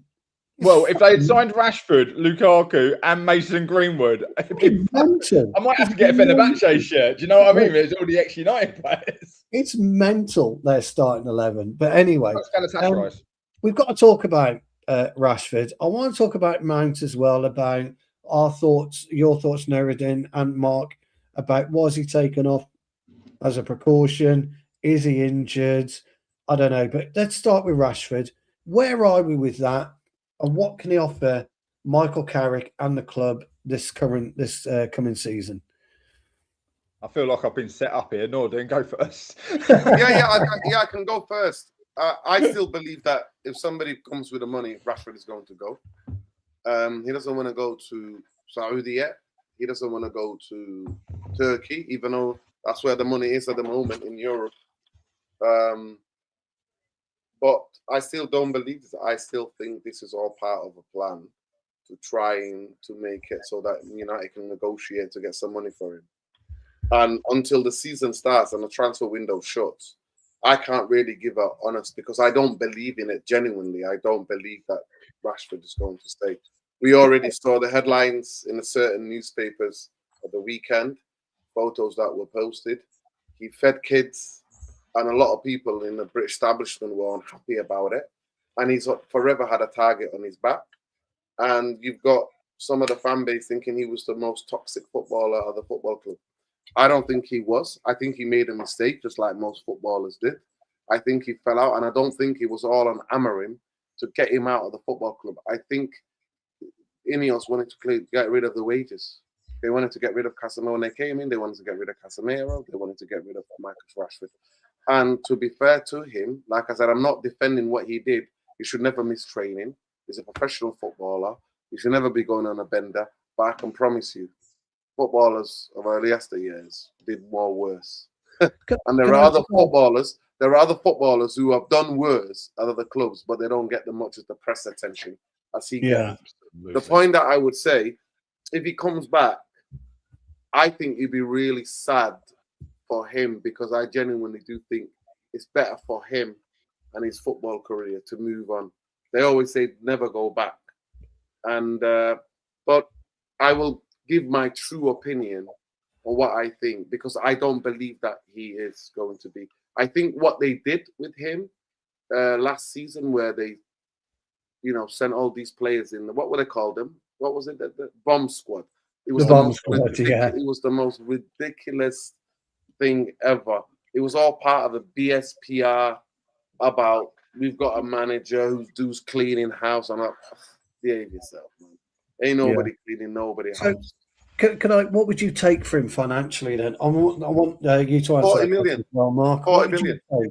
What if somebody came in with 20? No, 40 million for me. 40 million. 40 million. Manchester United need to get better at selling players. We never talk about it, by the way. I'm one of the people who talks about how Manchester United are horrendous at selling players. We can't sell players that don't play. But why? How come other clubs can do that, man? How come Chelsea play? How come Chelsea? I don't know. But if you ever notice, we never sell the players that aren't playing. We only sell the ones that do. It's there to be seen. We very rarely sell a player, and it's never a player that's like on the fringe. It's always someone actually you expect to be a starter, or at least sat on the bench week in, week out, ready to come on. Where are you then with Rashford? Where are you with him? I mean, Nuri has been quite clear about his position. What's your position? By the way, the Devilish Tacticos are not mincing their words either. No, I can see that. He's got some supporters, but not many. Some of these guys were in my chat on Saturday night when I talked about Carrick stuck in the middle between Glazers and INEOS. You know, what's he meant to do? So go over, find that video after this one, and you'll see what I really think about Rashford. But I'll give the short version. The guy has had 2 years away. If we go from being away at Villa, being frozen out the team, going to Barcelona, winning the league, coming back, done okay for England. None of us really understood why he got dropped out the England team. You know, we scored a goal, and then all next thing you know, he's dropped. We know he's got an ego, right? What's the only way to be humbled? You go over to a team that's got a hell of a lot more egos that back it up, and he got humbled at Barcelona. Done his bits, and the past is the past. He's certainly coming back to a different Manchester United. But Marcus Rashford is an extremely talented footballer. That's facts. We know that he is. Whether he chooses to use it or use it, that's only to be seen. But I believe, and I've said it from day one when Carrick got put in, Rashford would come back. Yeah, because he grew up under Carrick and Ollie. They helped bring him through properly. He has to play some of his best football under them. Carrick knew him when he was in the youth team. I'm talking like 8, 9, 10 years old when they're doing their coaching badges. He had hands-on experience with him. So there's a lot of positives that people won't talk about because it won't sell papers. It won't sell articles. You know, the Athletic, people like that just want to be very fancy, should we call it. It's got to be the big news or there's no news. Where, yes, Marcus Rashford fed the public. Marcus Rashford wrote a book, or at least put his name to it. You know, I think he's got a lot. Exactly. He's got a lot to offer, but he's a massive PR machine. Yeah. He's a massive PR machine. Now, I think that PR's gone. Giving him the number 14 shirt, you've given him a substitute shirt. So you're not even backing him within the club and taking number 7 off of Mason Mount and giving that back to Rashford. You're not backing him. You're not saying he's first choice, because we all know number 14. Think of a great number 14 at Man United. The first time I saw 14, I think Chicharito. Second player, Jordi Cruyff. Oh God, yeah, I forgot about Jordi. Third player, Jesse Lingard. Yes, yeah. Well, and now that is where I was going with it, Norden. Who's one of the players that you wanted out of the club where it's all started going wrong? Fucking Jesse Lingard. Who was close to Jesse Lingard? Fucking Marcus Rashford. Yeah, I really talks about that a lot, doesn't he? Look, do you know what? All great points about Rashford. And fair play with the Devilish Tacticos. You know, people have been allowed their opinion. Some say he might come in and give us 12 goals. I'm really on the fence with it. And I'm on the fence with it because he could come in and give us 10 or 12 goals. And what a bench we will have on the left when you've got Dorgu, potentially Rashford and Cunha. And I don't like him on the left anyway, no. It's a different option. So I broke this down. Our right-hand side, we can do anything on the right. We can dribble, we can run in behind, and we're solid defensively. Whereas with Rashford back in, Alan Smith, yeah, Jesus Christ. With Rashford back in, we've now got a dribbler in Cunha. We've got the defensive work of Dorgu, with no final ball, unfortunately, but he's working on that. And you've got the pacing behind of Rashford. So if you're playing a Man City and you want to run in behind, Rashford will give you that. But if you want to break down a low block, Cunha will give you that. I think if you're worried, you can bring Dorgu on, and Dorgu can help stiffen up the defence. Yeah. So it's another option. You're right. It's a great bench. I think I'll say this about SU quickly. Yeah, I just don't see how they justify 350 grand a week on the bench. Yeah, that's what he's on. Yeah, now that's what I've always said. You have, Mark, and you're consistent on that. But here's where I'm going to come, and this is going to sound absolutely nuts, gentlemen. but you know me, I'm crazy anyway. But absolutely, for the first time ever, there's no right or wrong answer to Marcus Rashford. And that's nuts when you actually think about it, because your points are absolutely brilliant. And that is the fact that 350 grand on the bench, perfect. But Mark's right, he could play left, centre, right, and 10. That's the first time alongside Cunha, alongside Ahmad, alongside Dorgu, alongside Sesko, alongside Mbuemo and Bruno. That is a great six. Ladies and gentlemen, I don't know whether to do a drum roll or not, but there's a character arrived, which I don't think I should bring on, but I think I'd better add. And here he is. Oh no, he's told me to do one. He's told me to do one. We'll wait. So that's why I think you're both right. I don't see a wrong answer or a right answer to it, because I actually believe if we get the best out of him, he could actually be an asset. But he is a pain in the arse that nobody wants.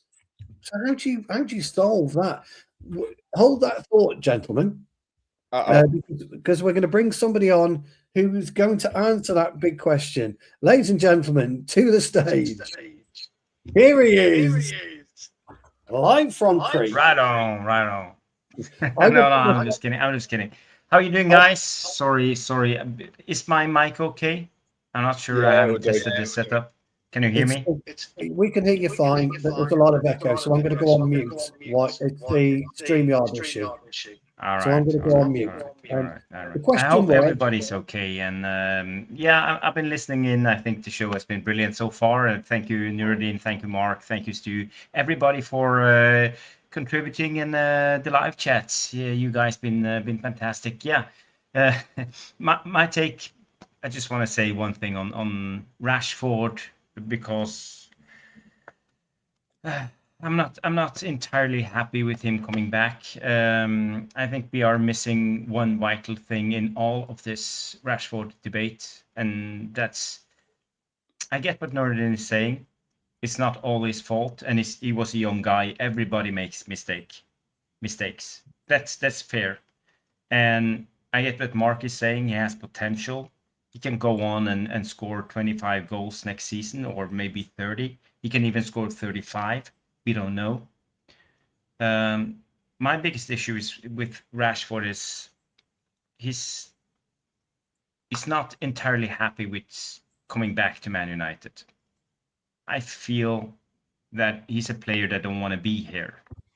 And if he want to disturb the balance, because a balance in a dressing room, if you sit there and if you have players that don't want to be there, players who have disputes with the coach, players who have disputes with other players, and all of this, it makes it like you have an elephant in the room. And that's the thing. You don't want that at the current Man United. So for me, I'm highly critical of taking Marcus Rashford back into the team, because I don't think he wants to be here.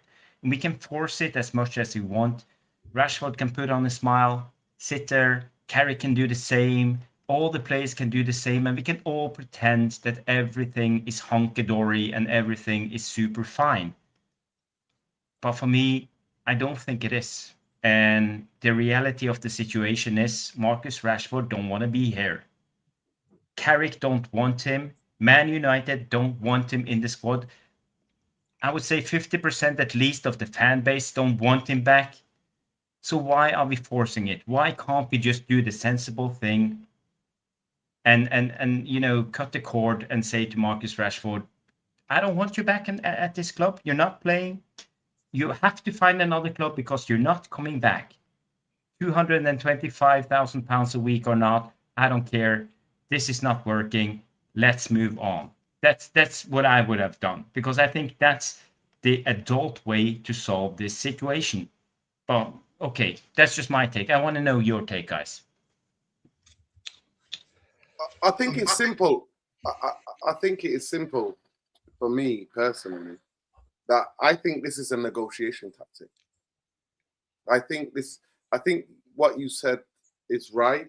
And I look at it and think, he's got 2 years left of his contract. Why don't I just give him how many million it is and say goodbye?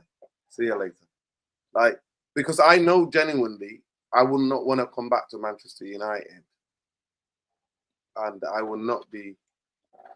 And like you said, also, the thing has moved on. And now we're playing on this gimmick. Carrick has played with him. Carrick knows him. Give it all of that a rest. At the end of the day, for me, which is not good for Michael. It's not good for Michael Carrick.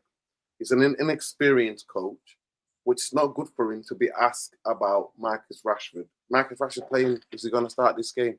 He's on the bench.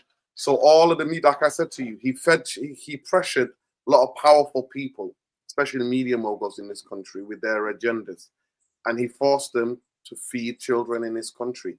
When he did that, he made a lot of enemies. Now, I'm not condoning the things that he did. He should behave accordingly as a professional footballer. And he's somebody who supports Manchester United. But I know that 100 million%, if I played for a club like that, I would be frustrated. I would be frustrated, sacking managers right, left, and centre, having the worst injury in rehab, where I can't even put my boot on, I've got this and that. So all the different type of things where he would not have acted like that if Manchester United was a stable football club. I don't blame a lot of the footballers. I blame the people who who environment. It's so important. If you it's never the play, it's the people around you. Yes, it's not just the people around you. It's the environment of the football club. Years ago, I was talking about on my time, seeing United players outside burger places at night. Luke Shaw. In Manchester. While other football clubs, Mark, soon as you come in the morning, they say to you, don't eat anything at home, give us a urine sample. Boom, they'll take that urine sample. They'll find out exactly what's going on. Why are you this and that? Actually, you're not going to get dehydrated. Right, you can train for the next 3 hours now. Gym work, rehab work, football work. Like, they're on it. Manchester United was not football because everybody was getting paid. Nicky Butt, go and talk up the Nicky Butt. Find a clip. Nicky Butt talked about, because everybody thinks Pogba was the problem. Pogba was asked by the football club 3 or 4 days of the week to be in some studios doing all these commercial things. But we know why he was bought. He was bought because of the Adidas deal. Without Pogba, United don't get the Adidas deal. Yeah. Right? So that's why he was bought for. The fact that he actually played good on certain games is a miracle, because the whole thing Nicky Butt talked about was the club was geared. So it's all about the environment. A club sets the environment. So if people are going out of hand, who do you blame? To me, I look at footballers like I look at children. Or when I look at certain schools, if you don't have the right environment for them, then people are going to. But for me, I agree that I don't want what I do not want. I think Carrick has already got enough problems. I don't want this media cycle, this media thing that is going to gather to come. That's what I don't want. Yeah, so that's quite interesting, isn't it? The media turmoil that we're going to have. So for any one of you who doesn't know, but I think you probably do, apparently we're playing Leeds on ITV1 on Wednesday evening. Apparently it's being shown in the UK on ITV1. I didn't know that until today. And so it'll be quite interesting. Now, we know that the full squad's out there, and Carrick hasn't given us any idea on what he's going to play. So while you're all three here, and before we do that, guys, the questions have started to come in. Please get them in. I don't know how long Jarvis has got, but if he's here for about 10 minutes, we'll try and get some cues in with him, because it'd be absolutely great. Jarvis will also say, producing this show and hosting at the same time, mate, I take my hat off to you. I really take my hat off to you, because it's a whirlwind. Your brain just goes. But I wanted to ask you this. Seriously, Stu, you're doing a fantastic job. Oh, and I really appreciate that, because I've been panicking. I've been worried about it all day, to be honest. But anyway, we've got into the flow, which is great. But I do want to ask you this, guys, because I think it's quite a pivotal question. Do you think the starting 11 against Leeds will be what he goes away with against Hull? Do you think he'll start to hone his team now, or do you think he'll wait and use it against AC Milan on Saturday? I think it is, isn't it, in Poland? Jarvis, I'll start with you on that one.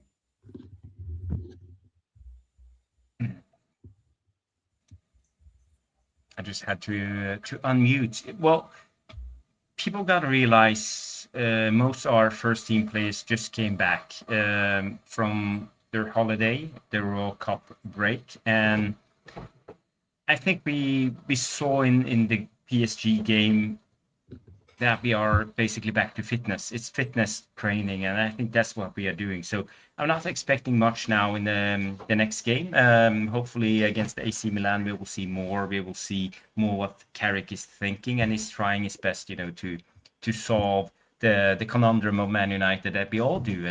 And oh, by the way, Philip is playing football in the hotel room behind me, and I live in a shoebox. I try to upgrade the hotel so many times, but it's they say every time, come back next morning, we will try to sort it out.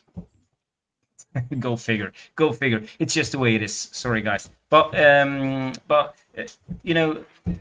don't know what your question actually is, Stu, but I feel that we can't look too much into this friendlies. We know the players. It's more about fitness. I see Carrick trying out new things. He's trying out the 4-man press. He's trying out, different ways of breaking the teams down. And yeah, we are succeeding. But for me, it doesn't tell me much because it's so early in the season. And I know, Bruno is have had like 3 trainings. Kobe Mainoo is on his way back. All of these players that we rely upon, who's going to be the regular starters, are just getting back to fitness. So where are we going? For me, I think Aiden Heaven will start in the first game against Hull. I think Euro will start at right back in the first game. I think Andre Santos will start because he's fit. Kobe Mainoo is not. And yeah, apparently what we're seeing right now is approximately the starting 11. But it's not the best 11 that we will see throughout the season. But I think it's enough to beat a team like Hull, because I don't think Hull is that much. But you never know, a newly promoted team. They just bought the Norwegian guy coming from my local club, the midfielder Jens Hjertedal. I showed you guys some clips of him doing his things, and yeah, he's quite good. And they have bought other players, so Hull, I don't know if there will be a walkover or a tough game. No one knows. Most fans expect us to take 6 points in the first 2 games. I'm not sure. Nothing surprises me when it comes to Man United. And Noreen is laughing, and this is the reality we live in. People, let's rewind. Let's go back to last season. Our games against Burnley, our games against Leeds, our games against Wolves, our game, we always seems to stumble against these lesser teams. Nothing against those teams, but they are lesser than Man United, because we are on paper a better team and we should easily beat them, but we can't. And I think it suits us to play against a higher line. It doesn't suit us to play against a low block, because right now, guys, we have a decent team, but we don't have the X factor, the quality needed to break down difficult teams. And look at PSG. They struggled against Arsenal in the Champions League final because Arsenal sat deep, with their quality. So what are we going to do when we meet teams like Hull? Hull managers say, okay, let's go into the game. We play a 4-5-1. We play with a low block. We play extremely compact, leave them no space, force them around on the flanks, and let them cross, because we depend on our 4 centre backs to nick it out. And what do we do then? Do we have a plan B? So the quality is, yeah. I'm ranting now, but you know what I'm getting at. Interesting to say. We've got to point out the Hull manager, by the way, is on £4 million a year. That's more than about 4 managers. £4 million to manage Hull. Who'd have thought that? No, I know. Surprise Wow. alive for me. Yeah, surprise alive for me.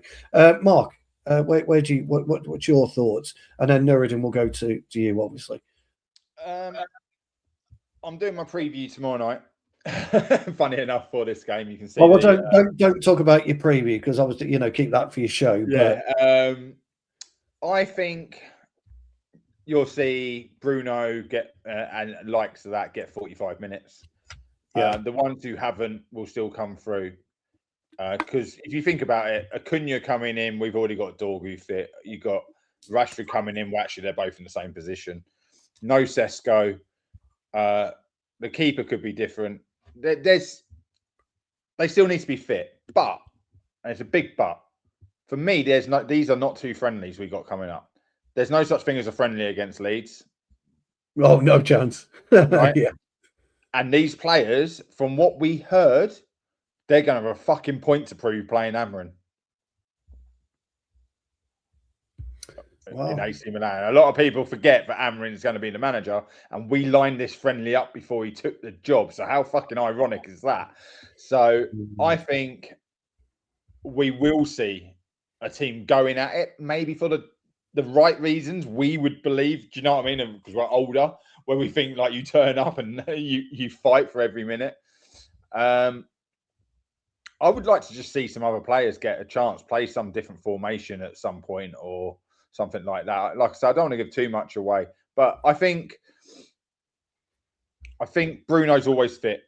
I think Dalot's always fit. So there's two players coming straight back into the team. I wanted Euro to start against PSG, and I thought play Mazraoui at left back, drop Luke Shaw, which would have worked really because Luke Shaw limped off, didn't he? Yes. So there were ways we could have made that work. Carrick didn't see it, so I wanted Euro to start, by the way, against PSG. I thought he did, pretty well when he came on, but I wanted him to start. So yeah, I think it'd be interesting to see what he does Wednesday. Nuruddin, what's your thoughts? To me, it's a pre-season game, isn't it? Like for now, you would think obviously the players who've come back. So the likes of Bruno, Tielemans. How long did he? I think he got 25 minutes, didn't he? Bruno got about 25 minutes as well. They both came on at the same time, yeah. Yeah. So I expect them to get at least 50 minutes. Maybe 60 minutes. 50 minutes. The bit, and then maybe they'll get more minutes against the AC Milan. We play in Poland, our last preseason game, which is next week, isn't it? It's next week's on the 15th or something like that. So we play Wednesday and Saturday. Wednesday and Saturday, and then we're away the following Saturday at Hull. Yeah, so at the end of the day, the way I see it is we should know now, Carrick should know like his best back four, or have an idea about the back, because that's what you want, stability, don't you, in the back five? Yes. The back four pick itself right now? What? Well, Martinez is apparently fit. So the Lit's trained today. So last of it, the Lit's trained a little bit today. Apparently 15 minutes. Cunha, I've not seen. I think Cunha was injured. Trained today. He did train, but I don't expect him to start against Leeds. Yeah. He won't be back till Christmas. So I expect Maguire, Heaven to start again. Yeah. Maguire, Heaven to start. Luke Shaw, well, whatever Luke Shaw does. Maybe Diego Dalot to start. Midfield will be, I think it will be Santos and Tielemans, unless Mount is miraculously back. I mean, the idea of keeping Mount, wrapping him up in cotton, this is just, what are we doing? What are we? What have we become? Are we a football club?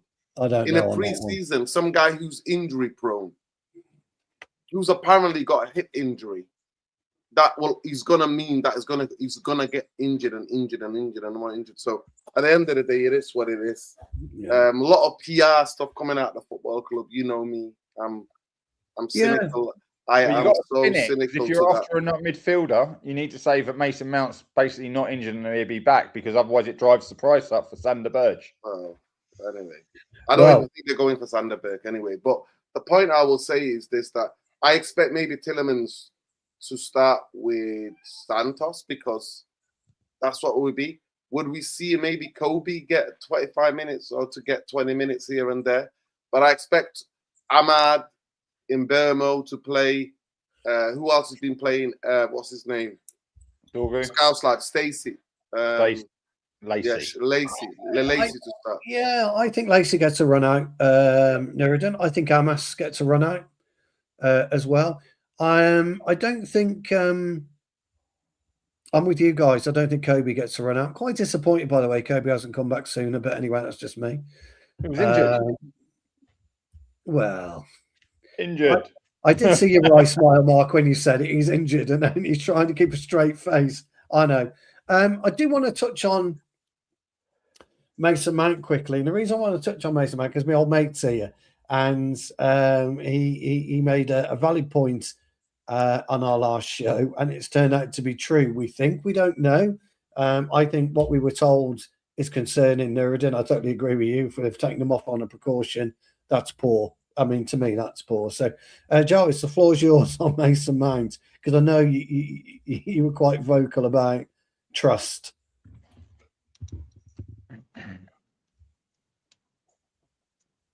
Okay. Yeah, I'm sorry. Yeah, you're in. Am I lagging? No, I'm not. Well, I made my case clear when it comes to Mason Mount. I think he's too injury prone. He can't be trusted. It doesn't matter about his abilities. People see him, he plays well, and yeah, 100% he does. But if he only is here for 2 or 3 games and then is out, let's say 10 games, and he comes back again, what's the point? I would rather play Jim Thwaites and like blood him into the first team and give him experience and have him as the 4th option than Mason Mount, because Mason Mount is a calamity. He can't be trusted. That's my thoughts. And most of you guys share my frustration when it comes to this player.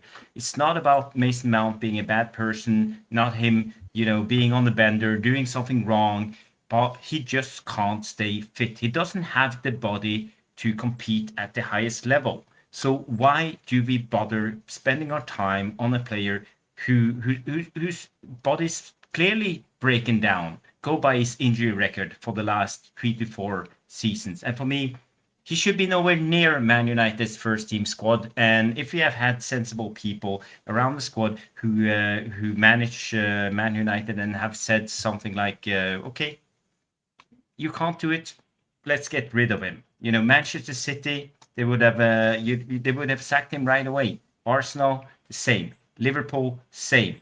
All of the top clubs that we are competing against are ruthless when it comes to these type of players. But we are Man United. We are doing it the different way. We are, clinging on to our Phil Joneses, our Mason Mounts, our Luke Shaws, and all these players through the years with injuries after injuries after injuries and setbacks, disappointments, and all we see is the results that we are getting. Coming in 7th, 6th, 11th, whatever, not qualifying for Europe every other season, every 3rd season. And this is what we are because of this. We are not serious as a club. And if we were a little bit serious, we would have just kicked Mason Mount out of the locker room, because, he's not to be trusted.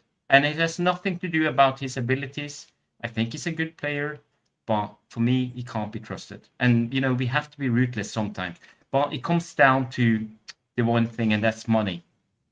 It's always about the money when it comes to Man United, because we have cheap owners who wants to spend their money elsewhere. They want to spend their money on debt. They want to spend their money on the New York Stock Exchange, on financial instruments, on whatever, but not into the football club. And it all comes back, as Nuruddin say, to the Glazers. And now we have the INEOS. And same goes to Rashford. For me, it's all about the money. We don't want to take the hit. We don't want to take the hit because it costs money. And for me, that's one of the biggest problems. So yeah, that's my take. I want to know what Nuruddin's take on this. Yeah, I mean,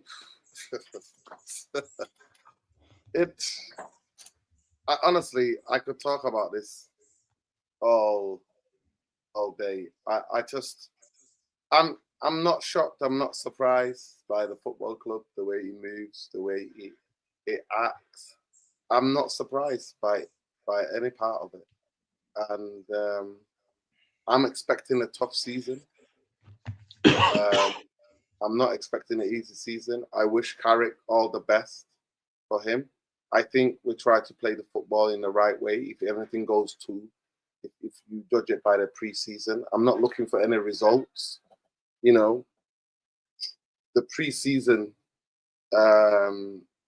halo thing is there for a reason. And I'm not looking too much into the hype and the stuff that's generated. The league is 2 weeks away. It's not this Saturday, isn't it? It's on Saturday after. The league starts. Yeah, not this Saturday, the Saturday after is where it starts. So yeah, Sunday. All will be revealed. All will be revealed. Yeah. Where Manchester United are, how ready we are, how prepared we are. But I think they're making, by even agreeing to the Amazon thing as well, they're making Michael Carrick's job really even more harder. And now you put Rashford on top of it. And they've not backed him. I don't care what anybody tells me. They've not backed him. And instead, we're getting all sorts of things. Manchester United are broke. They haven't got money. They haven't got this. They do have money. We have INEOS, who are clowns, people who are learning on the job. That's my point of view. Yeah, I could be totally wrong, but that's how I see it. And I wish we had proper ownership that actually cared about it. And I'm not going to lie to you guys. If a proper ownership came, and let's just say what you guys were saying, Mark, earlier on, and said, you know what, we're not going to sign anybody for 2 years. I go along with that. Because I think, you know what, maybe they want to just quell and just get the best out of the players that they have and what we can do. I'm not, the song is about us. We're that generation. We've seen it all. We've won the lot. We want the football club to be run like a football club. And not some money-making, dividends-paying. Yes, 100%. Can I just say? Obviously, we talk about the Glazers wanting money. About 2 and a bit months ago, maybe 3 months ago, in America, if Johnny Commode's in there, it was very well put out that they were after almost $500 million to refinance the Buccaneers, but obviously with the American football team that they own, because they need to bring in better players so they can, because they've dropped off, and they don't have money. We know the Glazers don't have money. They are a stocks and shares family. Do you know what I mean? They have no physical cash. It's all assets. And no one wants their assets. Do you know what I mean? Or they don't want to relieve their assets because that's the only place they get their dividends from. So us having money, we know the dividend is going out this year, and it'll be the biggest one we've ever paid, because that money will go straight into the Buccaneers for them to sell their draft picks. So you'll hear about it in the next couple of weeks, because it will all start. Yeah, it all kicks off, doesn't it? Yeah, in America for the draft. Great debate on Mount, by the way, you three, as I knew it would be. It was always worth mentioning. Jarvis, while we've got you here, sorry, I just want to answer that, just to add a little bit about the Mason Mount thing. It's ridiculous. It's ridiculous to me, like how we'll have to protect it. I mean, yeah, I know. If I speak, that's a Joe say mean for you. If I speak, I'll be cancelled if I speak. Yeah, no, absolutely. But hang on, flip side that, isn't it the right thing to do if he felt something? Isn't it the right thing to do to protect a player?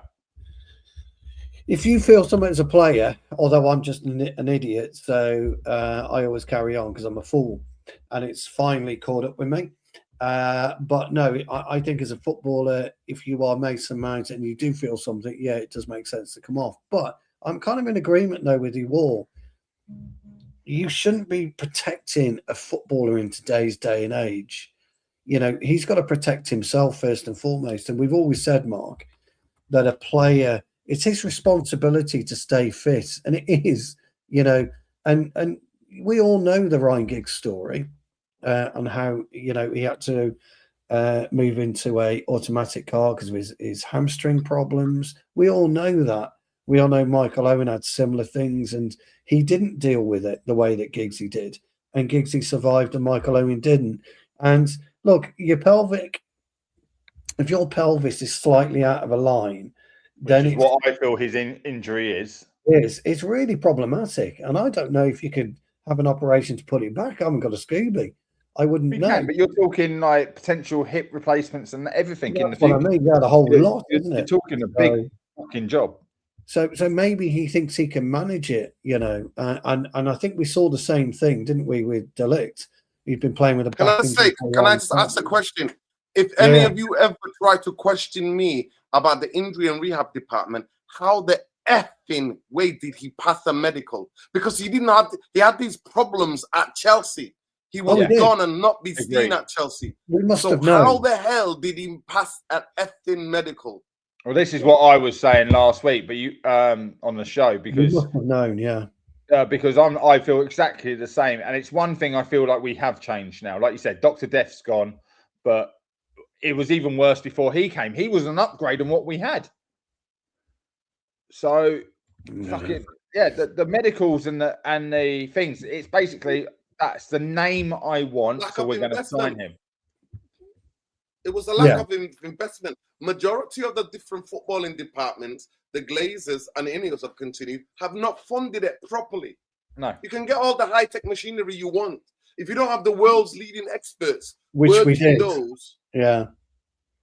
We did, didn't we? We did a deal with Toshiba to get all the high-tech in, but we didn't have the experts. So very strange, very strange. Gents, we've surpassed the 2-hour mark.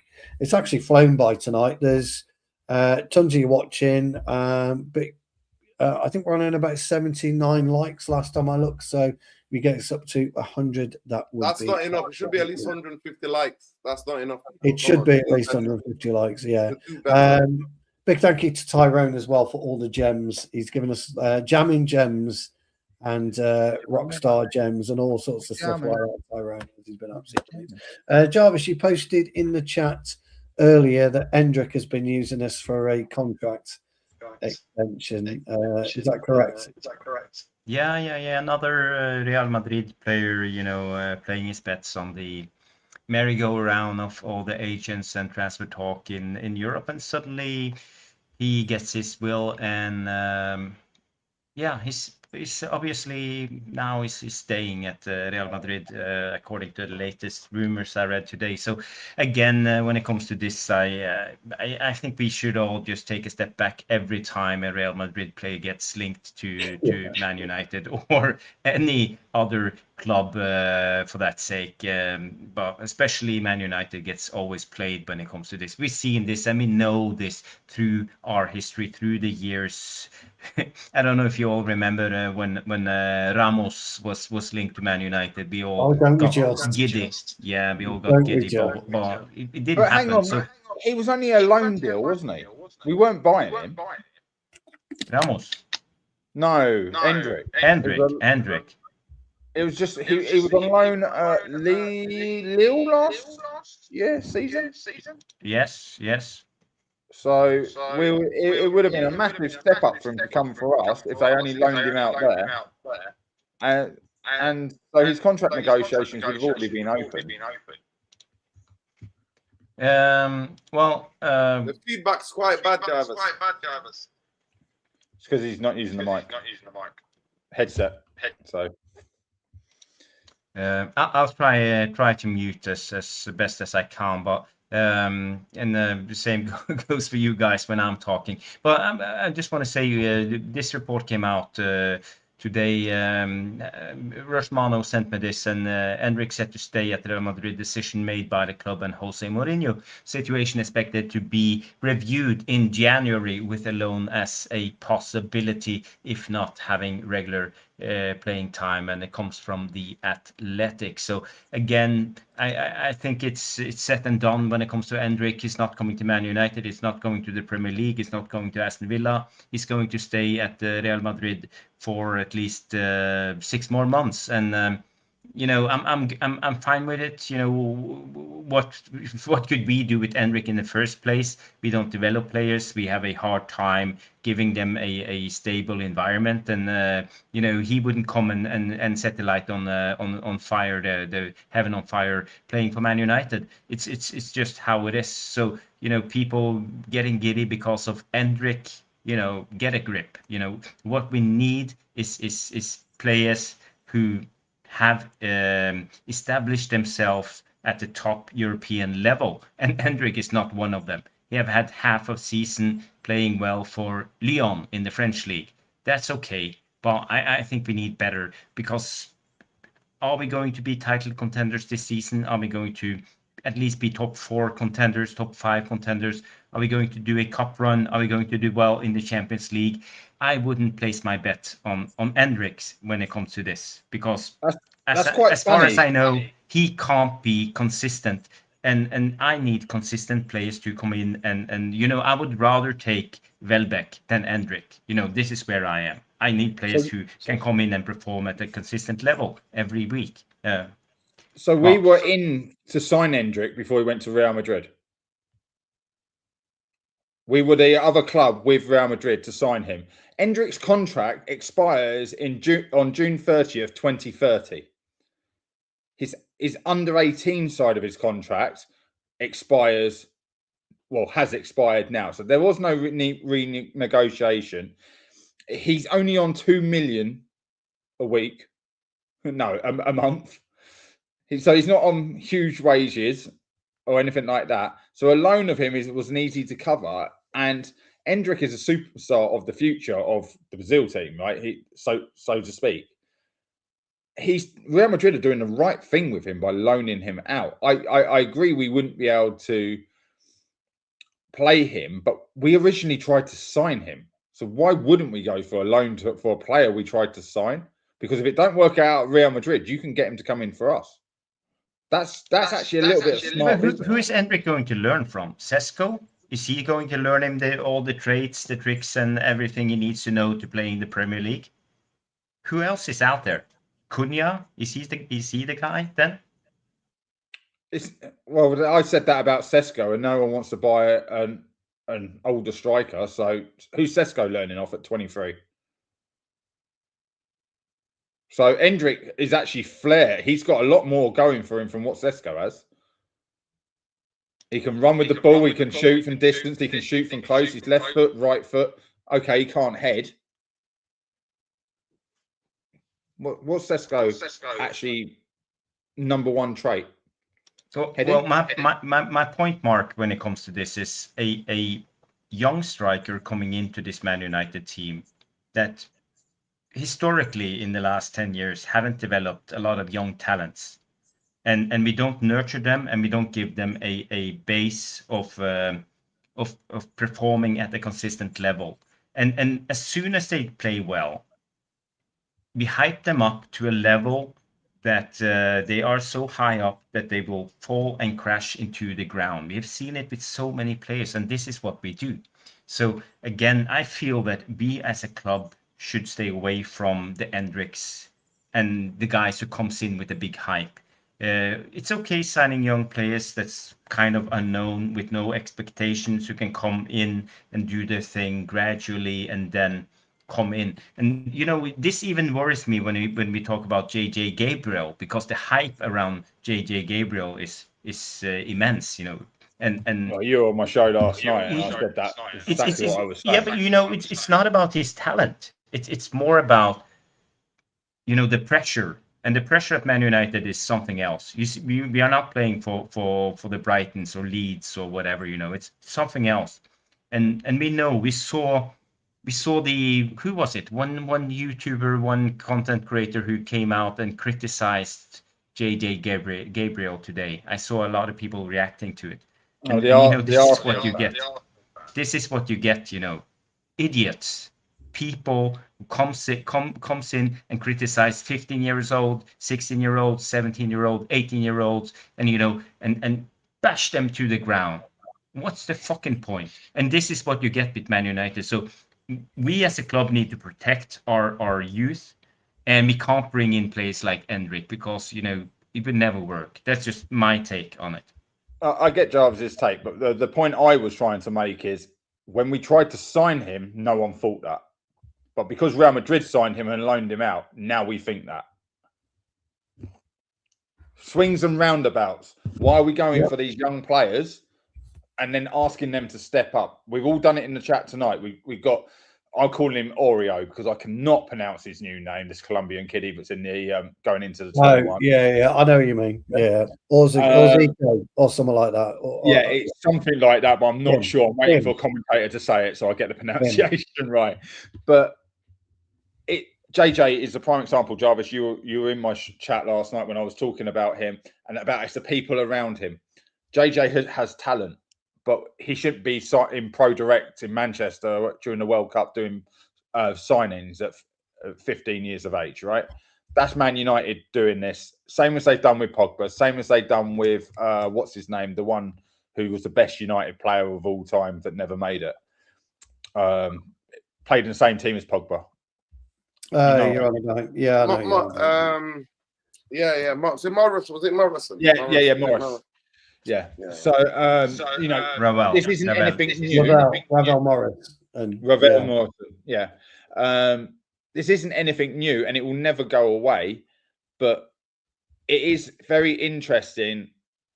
And I would like to cover it because Stu, you said we might go into it. The Arsenal fan and what he said. Because I did.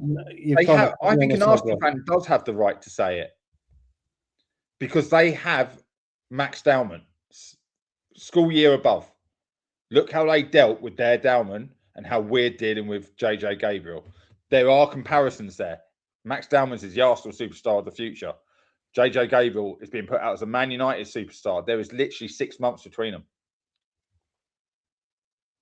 So that's why he was having a pop at him because he's basically saying, we've got Dowman, look at you, you're doing nothing. You're throwing a strop. And he did throw a strop at Rosenberg game because he didn't get on. You know, if anyone saw it afterwards, he's walking off the pitch like, fuck, like that. So it's... but Mark, how do you prepare a 15-year-old of the criticism that you can get? He have done nothing. He have hardly been on the pitch, and still people criticize him. And you know, this is what I'm at. You know, with Man United. You know, back in the days we used to have Fergie, and it was us against the world.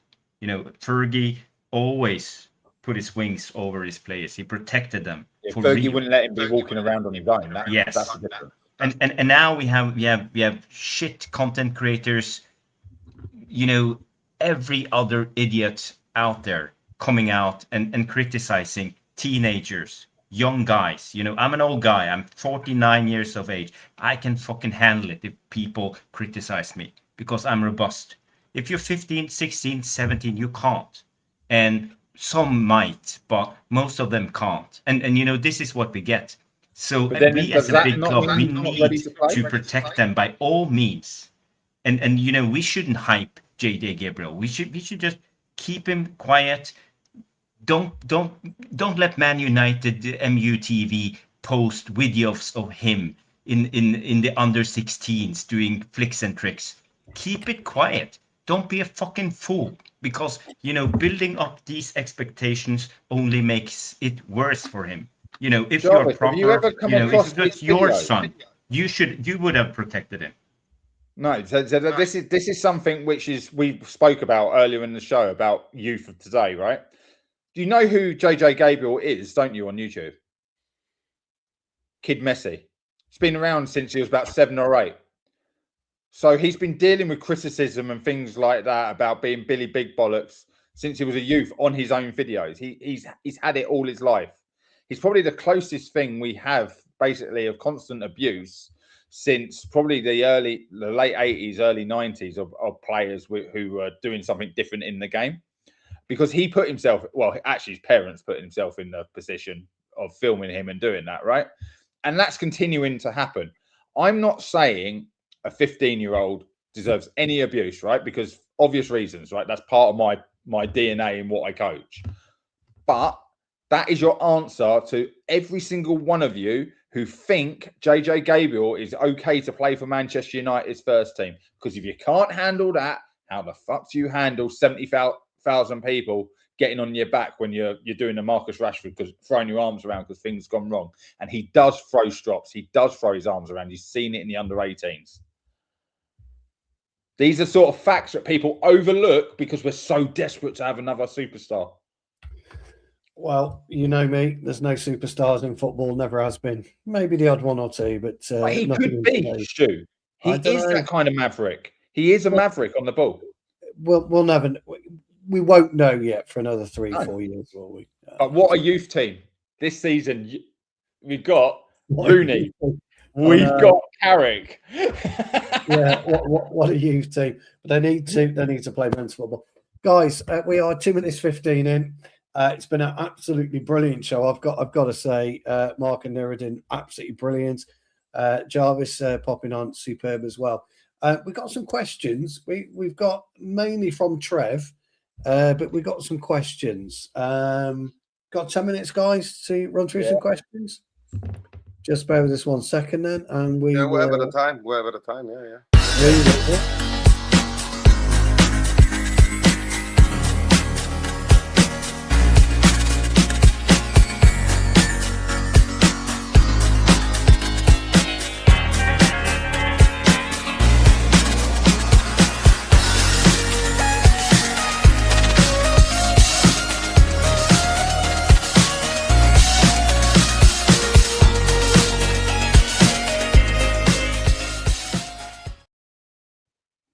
Still love that, because me and Jarvis actually look young on that, and that's the only reason I like it, because now we're looking old.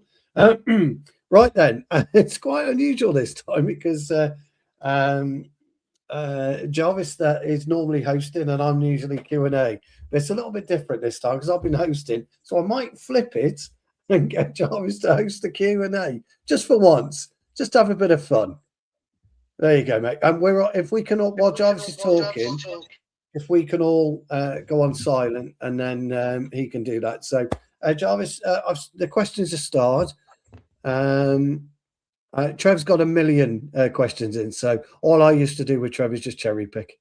But enjoy me, old mate, because it's quite nice. If we don't answer Trev's questions, it'll only last about 2 minutes. That's it. So Okay, now they all have muted. I just got to say I'm on my laptop, so my screen is like super tiny. So I'm having actually problems reading the questions out there. So I just got to pick one out of the blind. So let's do the first question from Trevor Wade, saying, has Rashford getting a squad number mean he's actually wanted, or is it just to put him in the squad before they get the right offer? So yeah, this is basically a straightforward question, and I'll give this to Mark. Well, you can't not have a squad number. At the end of the day, he's still a squad player. If they'd given him like the 99 or something like that, I probably would have pissed my pants. But like 14 is pretty poor as a number, I think, if you're a starter. It's one of those shirts that's a guaranteed substitute number. But I've said it before, you can't sell someone who don't play. So he will be getting minutes. He will be sat on the bench. You've got to be able to see his face on match days walking in and things like that. So, yeah, it's just the right thing to do for the team. You can't have a player without a squad number. He's frozen out and he's suing the club. So that's all that comes down to. All right. Next question then is from Nicky T, coming in and say, my question, do you think Lacey is ready to compete to a top level in the first team, as he's not playing that many minutes last season? And Stu can answer this one. Yeah, Shay Lacey surprised the hell out of me, to be honest. I think his cameos last year, he proved what a Manchester United player was. He took the game by the scruff of the neck, got some strikes in, and played really, really well. He's had quite a good pre-season. I'm slightly worried about the physical element of it, especially if he plays in the 10. Somebody like I don't know, use Diaz or Van Dijk or somebody, Anderson from Fulham, are probably going to rough him up a little bit. But actually, I think Ahmad could have problems with Shea Lacey this season. Not in Buemo, but Ahmad. I think if Ahmad doesn't pull his finger out and have a stellar first half of the season, you'll see more game time from Shea Lacey. I think he's going to. I think he's going to be a first team regular, i.e., squad regular, 100%. And I think he'll occupy the bench more often than not this season with cameos. He'll play Carabao Cup. He'll play early rounds, FA Cup, and he might play some games in Europe, depending on how we do. I like him as a footballer because he's got gumption. And I like a player with gumption who's not afraid to take somebody on, have a shot at goal, pass when he needs to pass, hit the line when he needs to hit the line. I like him. But if I'm Ahmad, I'm panicking. And that's a good thing. Actually, it's a good thing for our team. So, yeah, 100%, Nicky. Great question. I think he'll get he'll get a lot more minutes this season than all of us would have considered at the end of last season. Yeah, that's well put, Stu. Next question is actually for myself, coming in from Boxing Straight Talk, saying, Jarvis, question, who in the right mind would take Mount off us? And obviously, I know where you're getting at. We talked about me saying we need to offload Mount. I think this is a difficult thing. He's on high wages. We can't get rid of him at the current stage.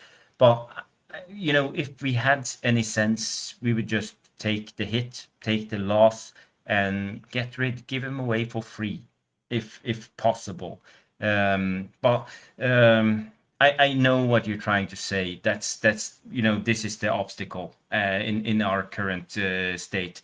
We can't get rid of players like Mason Mount. We had the same problem when it came to Luke Shaw, when it came to Phil Jones, and we always see this when it comes to Man United. But it's mainly because of money. It's not about no other clubs want him, because I think plenty of clubs would like Mason Mount, but it's all about, as Nuruddin is signaling, it's all about the money. And I think the money is the big obstacle, because we are a money-driven club. We're not a football-driven club who wants results and want to become top level. We want to balance our book first and then compete. And this is the problem with Man United, with the Glazers, with INEOS, with the current setup. We want to balance the books first and then compete. Other clubs want to compete first and then balance the books. That's why we are falling behind. Is it sensible? Maybe, but for me, I would have a different approach if I was the CEO. I would be more bold, to say it like this. Thank you for that question, Boxing. Next question goes to Nuruddin. Rate the transfer window as of now, and rate the signings of Tielemans, Santos, and injured Darlow as a backup. So, what's your take, Nuruddin? Obviously, it's personal to everybody.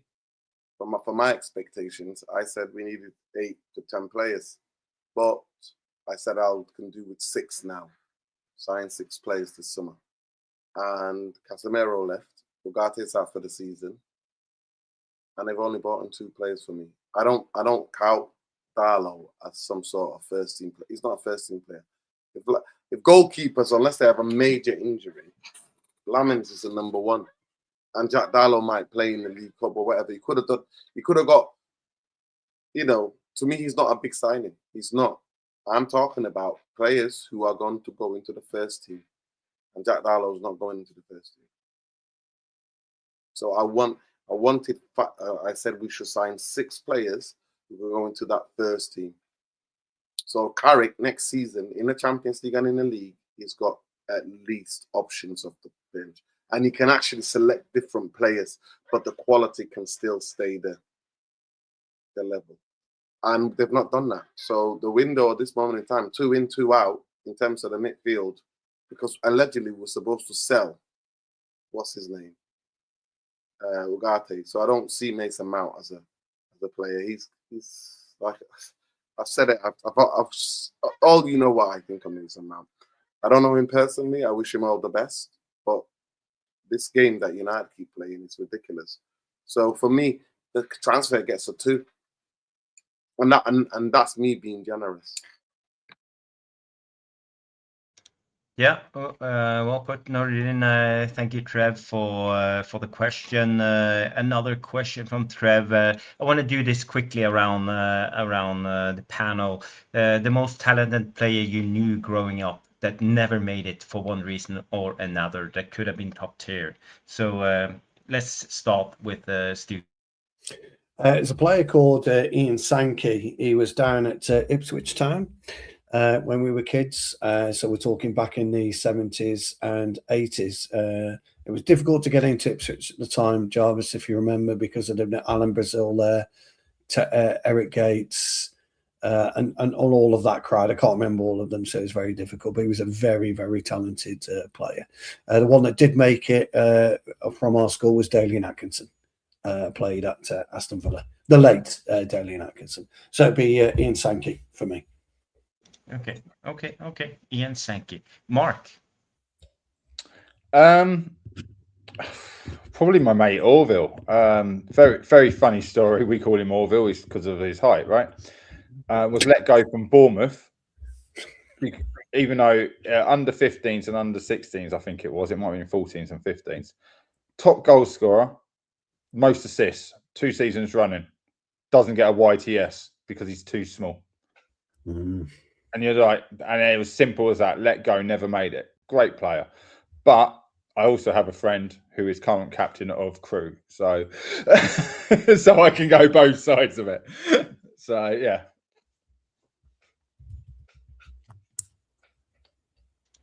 Yeah. Nordin. Gameek is the player that comes to mind. Gameek, somebody of South Asian heritage. What a player he was around my growing up. He was a bit younger than us, but he was unbelievable. He was at Liverpool. I don't know why he didn't make it. He was really good. He could have made it. But at that time, I think in English football, size mattered. He had technical abilities. He could take players on. He could get people. He was an ankle breaker, if you know. The guy who made it, Wes Brown. Wes Brown made it. I knew Danny Welbeck, but I knew his family. But I knew he was at United for quite a lot of time. But Wes Brown was the guy who played with us. And then Fergie found out, and he was no longer allowed to play with us. But you could tell on the ball strength. Oh, my God, Wes Brown. You try to get the ball off him, he just bounced you off. He was unbelievable. And actually, it breaks me that the injuries really savaged his career, but what a player. Well, wasn't it Ferguson who said best defender he ever saw? And Gary Neville and people like that backed that up. They left back, right back, centre back. It didn't matter. It was just injuries that fucking plagued him. Are you talking about Ledley King now? Is he in the same bracket? Paul McGrath, Ledley King, all very similar. But Wes Brown, Fergie, they all talk about how good he was. Wes Brown, all of them, and he's had a tough life, but still going. Bless him, still going. Yes. We have 3 more questions, and this is actually a super chat from Grace Sheridan. And before we read it out, I want to play. I want to give you 3 deadlifts from Delict. Where is it? I can't even see. I hope this is the one. 1, 2, 3. 3 deadlifts from the lift for the super chat. Coming in and say best chance of staying up from the promoted clubs. We are talking about Coventry, it's Hull, and is it Ipswich? Who's the last one? Yeah. Okay. So around the table quickly. Coventry. Yeah, I probably agree. Hull. Hull will be no mugs, by the way. Hull will be no mugs. Yeah, I thought Ipswich, they've still got McKenna, haven't they? No. It's the ex-Wolves and Bournemouth manager. Gary O'Neill. Gary O'Neill. Good manager. So I tell you what, I'm going to say none, Jarvis. I think they might all stay up. I think there's some financial troubles that might, with some points deductions coming this season. Who knows? That would be brilliant if they were. Fingers crossed. Let's hope that happens. Yeah. Nordin, who do you think will stay up of the newly promoted teams? I mean, looking at the whole CEO must know something to be paying the guy $4 million a year. So he must be a bit of a genius. He must be to keep them up in the Premier League. They were good last year. Yeah. And apparently the core of the squad has been kept together.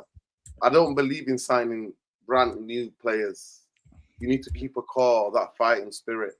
So maybe Hull, but I just don't want them to start the season well. Worked well for Bournemouth, didn't it? That's what Bournemouth did to stay up, and Sunderland last year and things like that. So it does work. Yeah, they kept the bulk of the players. Yeah, no, fair play to Hull. I'm looking forward to seeing them. To be honest, looking forward to seeing how they do. So, what they're called the Tigers or? Yes, the Tigers. The Tigers. Okay. Okay. We have thank you, Grace, for that super chat. Appreciate it. 2 more questions. One coming in from Boxing Straight Talk saying, did INEOS hire Dan Ashford, then sack him 6 months later when he told them not to hire Amorim? Conspiracy theory. It's not a conspiracy theory. That's a fact. True. That's a fact. It's true. It's fact. That's a fact. It's fact. That's a fact. He told them straight up that the squad, same thing. Liverpool looked at the squad and the formation he wanted to play. Even West Ham. He did another interview at Liverpool and at West Ham. And they both looked at their squads and they said, actually, this wing-back business, that means we need to have an overhaul. But who was not mug enough? Wilcox, we had ex Wilcox, Potato Barada. Got on a plane without Ashworth. They got on a plane to Portugal to basically tell him now or never. Yeah. And he came.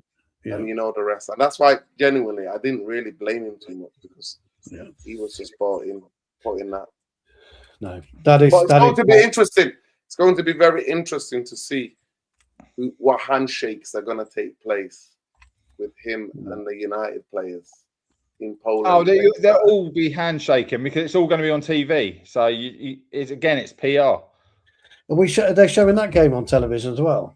MEU TV. In Poland, maybe Polish TV. Poland. Hey, Krakow. What a place.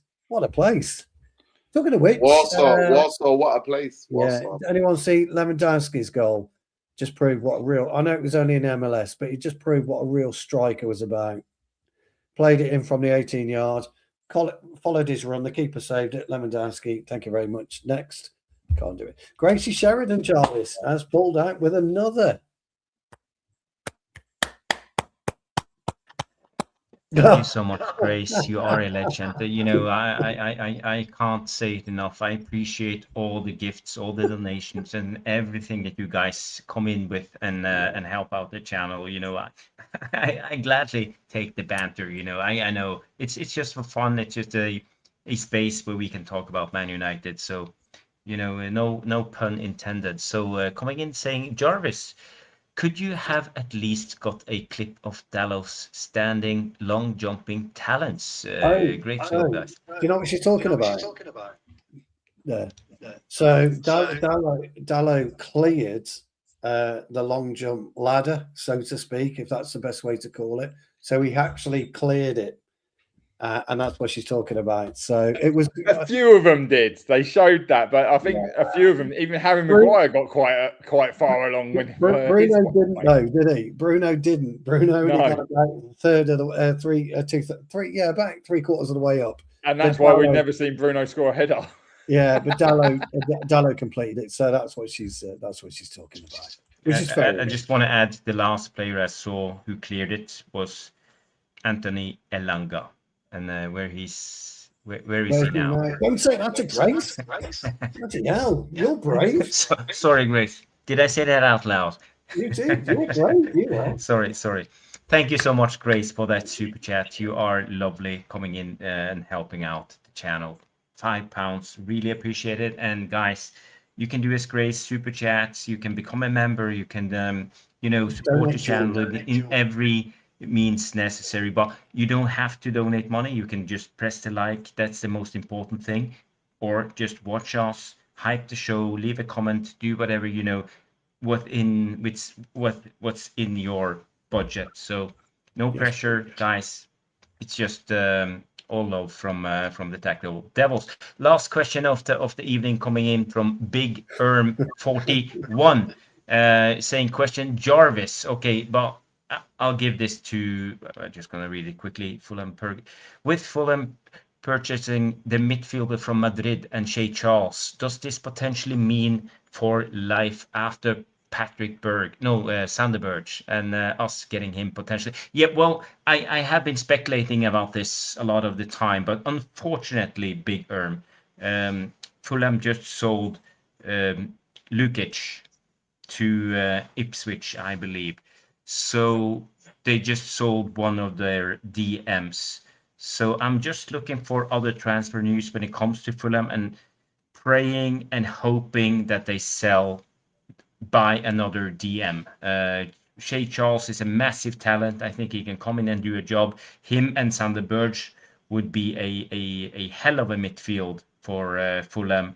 And but let's just hope. But my honest opinion when it comes to Sander Berge is we're not buying him, because if we were in for Sander Berge, we would have bought him already. So unfortunately, it saddens me to say that. I think we would have bought him a long time ago if we were interested.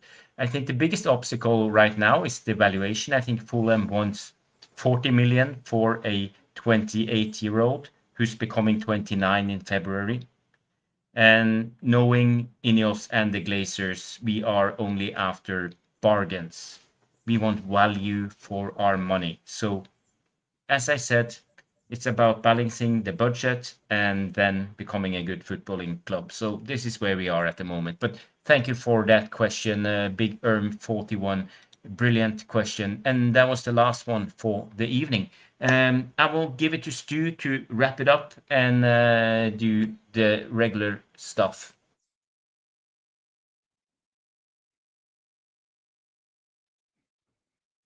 Jarvis, thank you for that, mate. That was absolutely mint. Great that you could have joined the show. It's been an amazing show, guys. We've had tons of you watching. It's 224 currently. Please smash those likes, hype the show. As Jarvis said, all the likes help us, all the hypes help us. Anybody that donates to the channel is always, I mean, it's me and Jarvis are quite humbled by it all, really, and all your support. Big thanks to Nuruddin. Big thanks to Mark. Check out Mark's show. I know you all support Mark as well, which is great. You all support Nuruddin. But just before, Nuruddin, when are you live next? Tomorrow. Tomorrow night? I'm going to go live tomorrow, yeah. Lovely. And Mark? Tomorrow, hopefully. It could be, I've said it for the afternoon, but it might be the night. Depends on how busy I am. Okie dokie. And Mark, are you live tomorrow? Yeah, I'm live tomorrow with the preview for the Leeds match, which you can sort of see the thumbnail partly behind me. Yep. No such thing as a friendly. But we will break down the teams and everything like that. 10 o'clock tomorrow night. Everyone who's been coming over, I can't thank you enough. The channel is growing exponentially at the moment. It's ridiculous. It is. I've seen. Yeah. You're doing really, really well, pal. Really, really well. And rightly so. And rightly so. And Jarvis, what have you got to? Did you get trolled the other night? Did you get trolled the other night? All right, I've done 3 shows back. I've had you. Was it last night? You sent your lot over. Night before, but none of them put anything in the chat. But I saw you subscribe, Norden, and that gave it away. You know what? I saw it before, and then I got distracted and I wanted to subscribe. And then I was like, oh, yeah. Jarvis was like, you know what? Mark's live. And I was like, right. Yeah. And then I think Tuesday night, Cass raided me. And that was, whoa, straight from one of his shows. I was like, Jesus Christ, that shot up through the roof. But then they all stayed and watched. So what more can I ask for? Do you know what I mean? And so did your guys. I've got to be honest. So, well, look, we're all a great community. We should be supporting each other. Nurin is a big support of ours. Mark's a big support of ours. Cass is a massive support of ours as well. By the way, 214 people have watched us pretty much constantly on Twitter as well. So thank you for everyone that's watched us on Twitter. Thank you for everyone that's watched us on YouTube. Now, me and Jarvis may be back Thursday. We don't kind of know what we're going to be doing this week because we've got a lot on both of us in terms of work. I'll be away with work for a couple of nights. Jarvis is away on holiday. We'll try and do something in the week if we can, even if it's only for half an hour, for an hour. I'll try and get Nuruddin or Mark to join me. We'll try and do something. So me and Jarvis will work it out over the next day or two. So just keep an eye out, please, for the notifications about the show. Well, I'll be live Thursday night. So if you want to do like a joint stream or something like that, we can always do that. Okay, brilliant. So there is something that we can that we'll be able to do. Just before we wrap up, if you just bear with me one sec. Top contributors: Tyrone. Big thanks to you. Big thanks to Grace, Tom Porter, Daz, Bilal, obviously, Nikki, Boxing Straight Talk, Jamie, Johnny Cave, Ripper Ellis, somebody called Trev Wade. I don't know who he is. He must be new. Him anyway. G Ramos as always, Big Irish Pitter, Kadeem, It's Just Me 43, and the list keeps going. Thank you for everybody that's tuned in tonight. If it's not running smoothly as when my old mate does it, I apologize. But keep an eye out for the notifications because we could do something Thursday night. Jarvis, have a brilliant rest of your holiday. My old mate. Oh, sorry, he wants to say something. Hold on. Yeah, I have to mute all the time, so that's why I'm sitting here like a mannequin, just like making a lot of expressions. But guys, thank you, Mark. Thank you, Nuruddin, for coming on. Thank you, Stu, for hosting the show and doing the most difficult thing there is, actually creating this space. But and all of you guys who watch the show, but can you all do me a big favor after the show? Leave a comment in the non-live section. It's so important for the algorithms because YouTube operates in a strange way. This is a live show, but afterwards it becomes a video, like let's say 15 minutes after the stream is over. And then for YouTube to push it out, they need traction. And the non-live comments is the traction that they are looking at for the algorithms. So, just leave a thumbs up or whatever, a smile. You can leave a comment. You don't have to, but do something, And all of this helps us, reach a broader audience. And that's what we're trying to do, find, what's the name? Not single-minded, but what's the name? More open-minded. Open-minded people to come into this space and be a part of the Tactical Devils. So guys, it's important, and also hype the video. I don't know why, but YouTube has made this hype thing a big thing. So it's important. And it's just been one of those, And I'm sitting here down in Greece on Crete right now, in my shoebox hotel room. My kids are sleeping on the bed besides me, and I'm actually sacrificing a lot of time to make this channel as best as I can. And Stu, Nuruddin, Mark, and Cass was always also willing to come on, but Daps and him share the same studio, and Daps was live, so he couldn't come on. Unfortunately, he sent me a message. So big up to Cass. Thank you for trying, and hopefully we will see you on the next one. But it's been a good show, guys. Go subscribe to United Lens. Go subscribe to Nuruddin, United Real Therapy, and come back next time we go live, hopefully Thursday. So that's my final word. I'll just say the last word. Congratulations to Saeed on getting married on his wedding. Congratulations to him. Okay. Congratulations, Saeed. I didn't realise. Congratulations. Thank you very much, guys. Thank you for staying with us as well, because as I said, there's been a monster audience tonight, so we're very, very grateful. I'll play the outro, and we will see you on the flip side, which will hopefully be Thursday. Thank you all. Thank you very much. Thank you.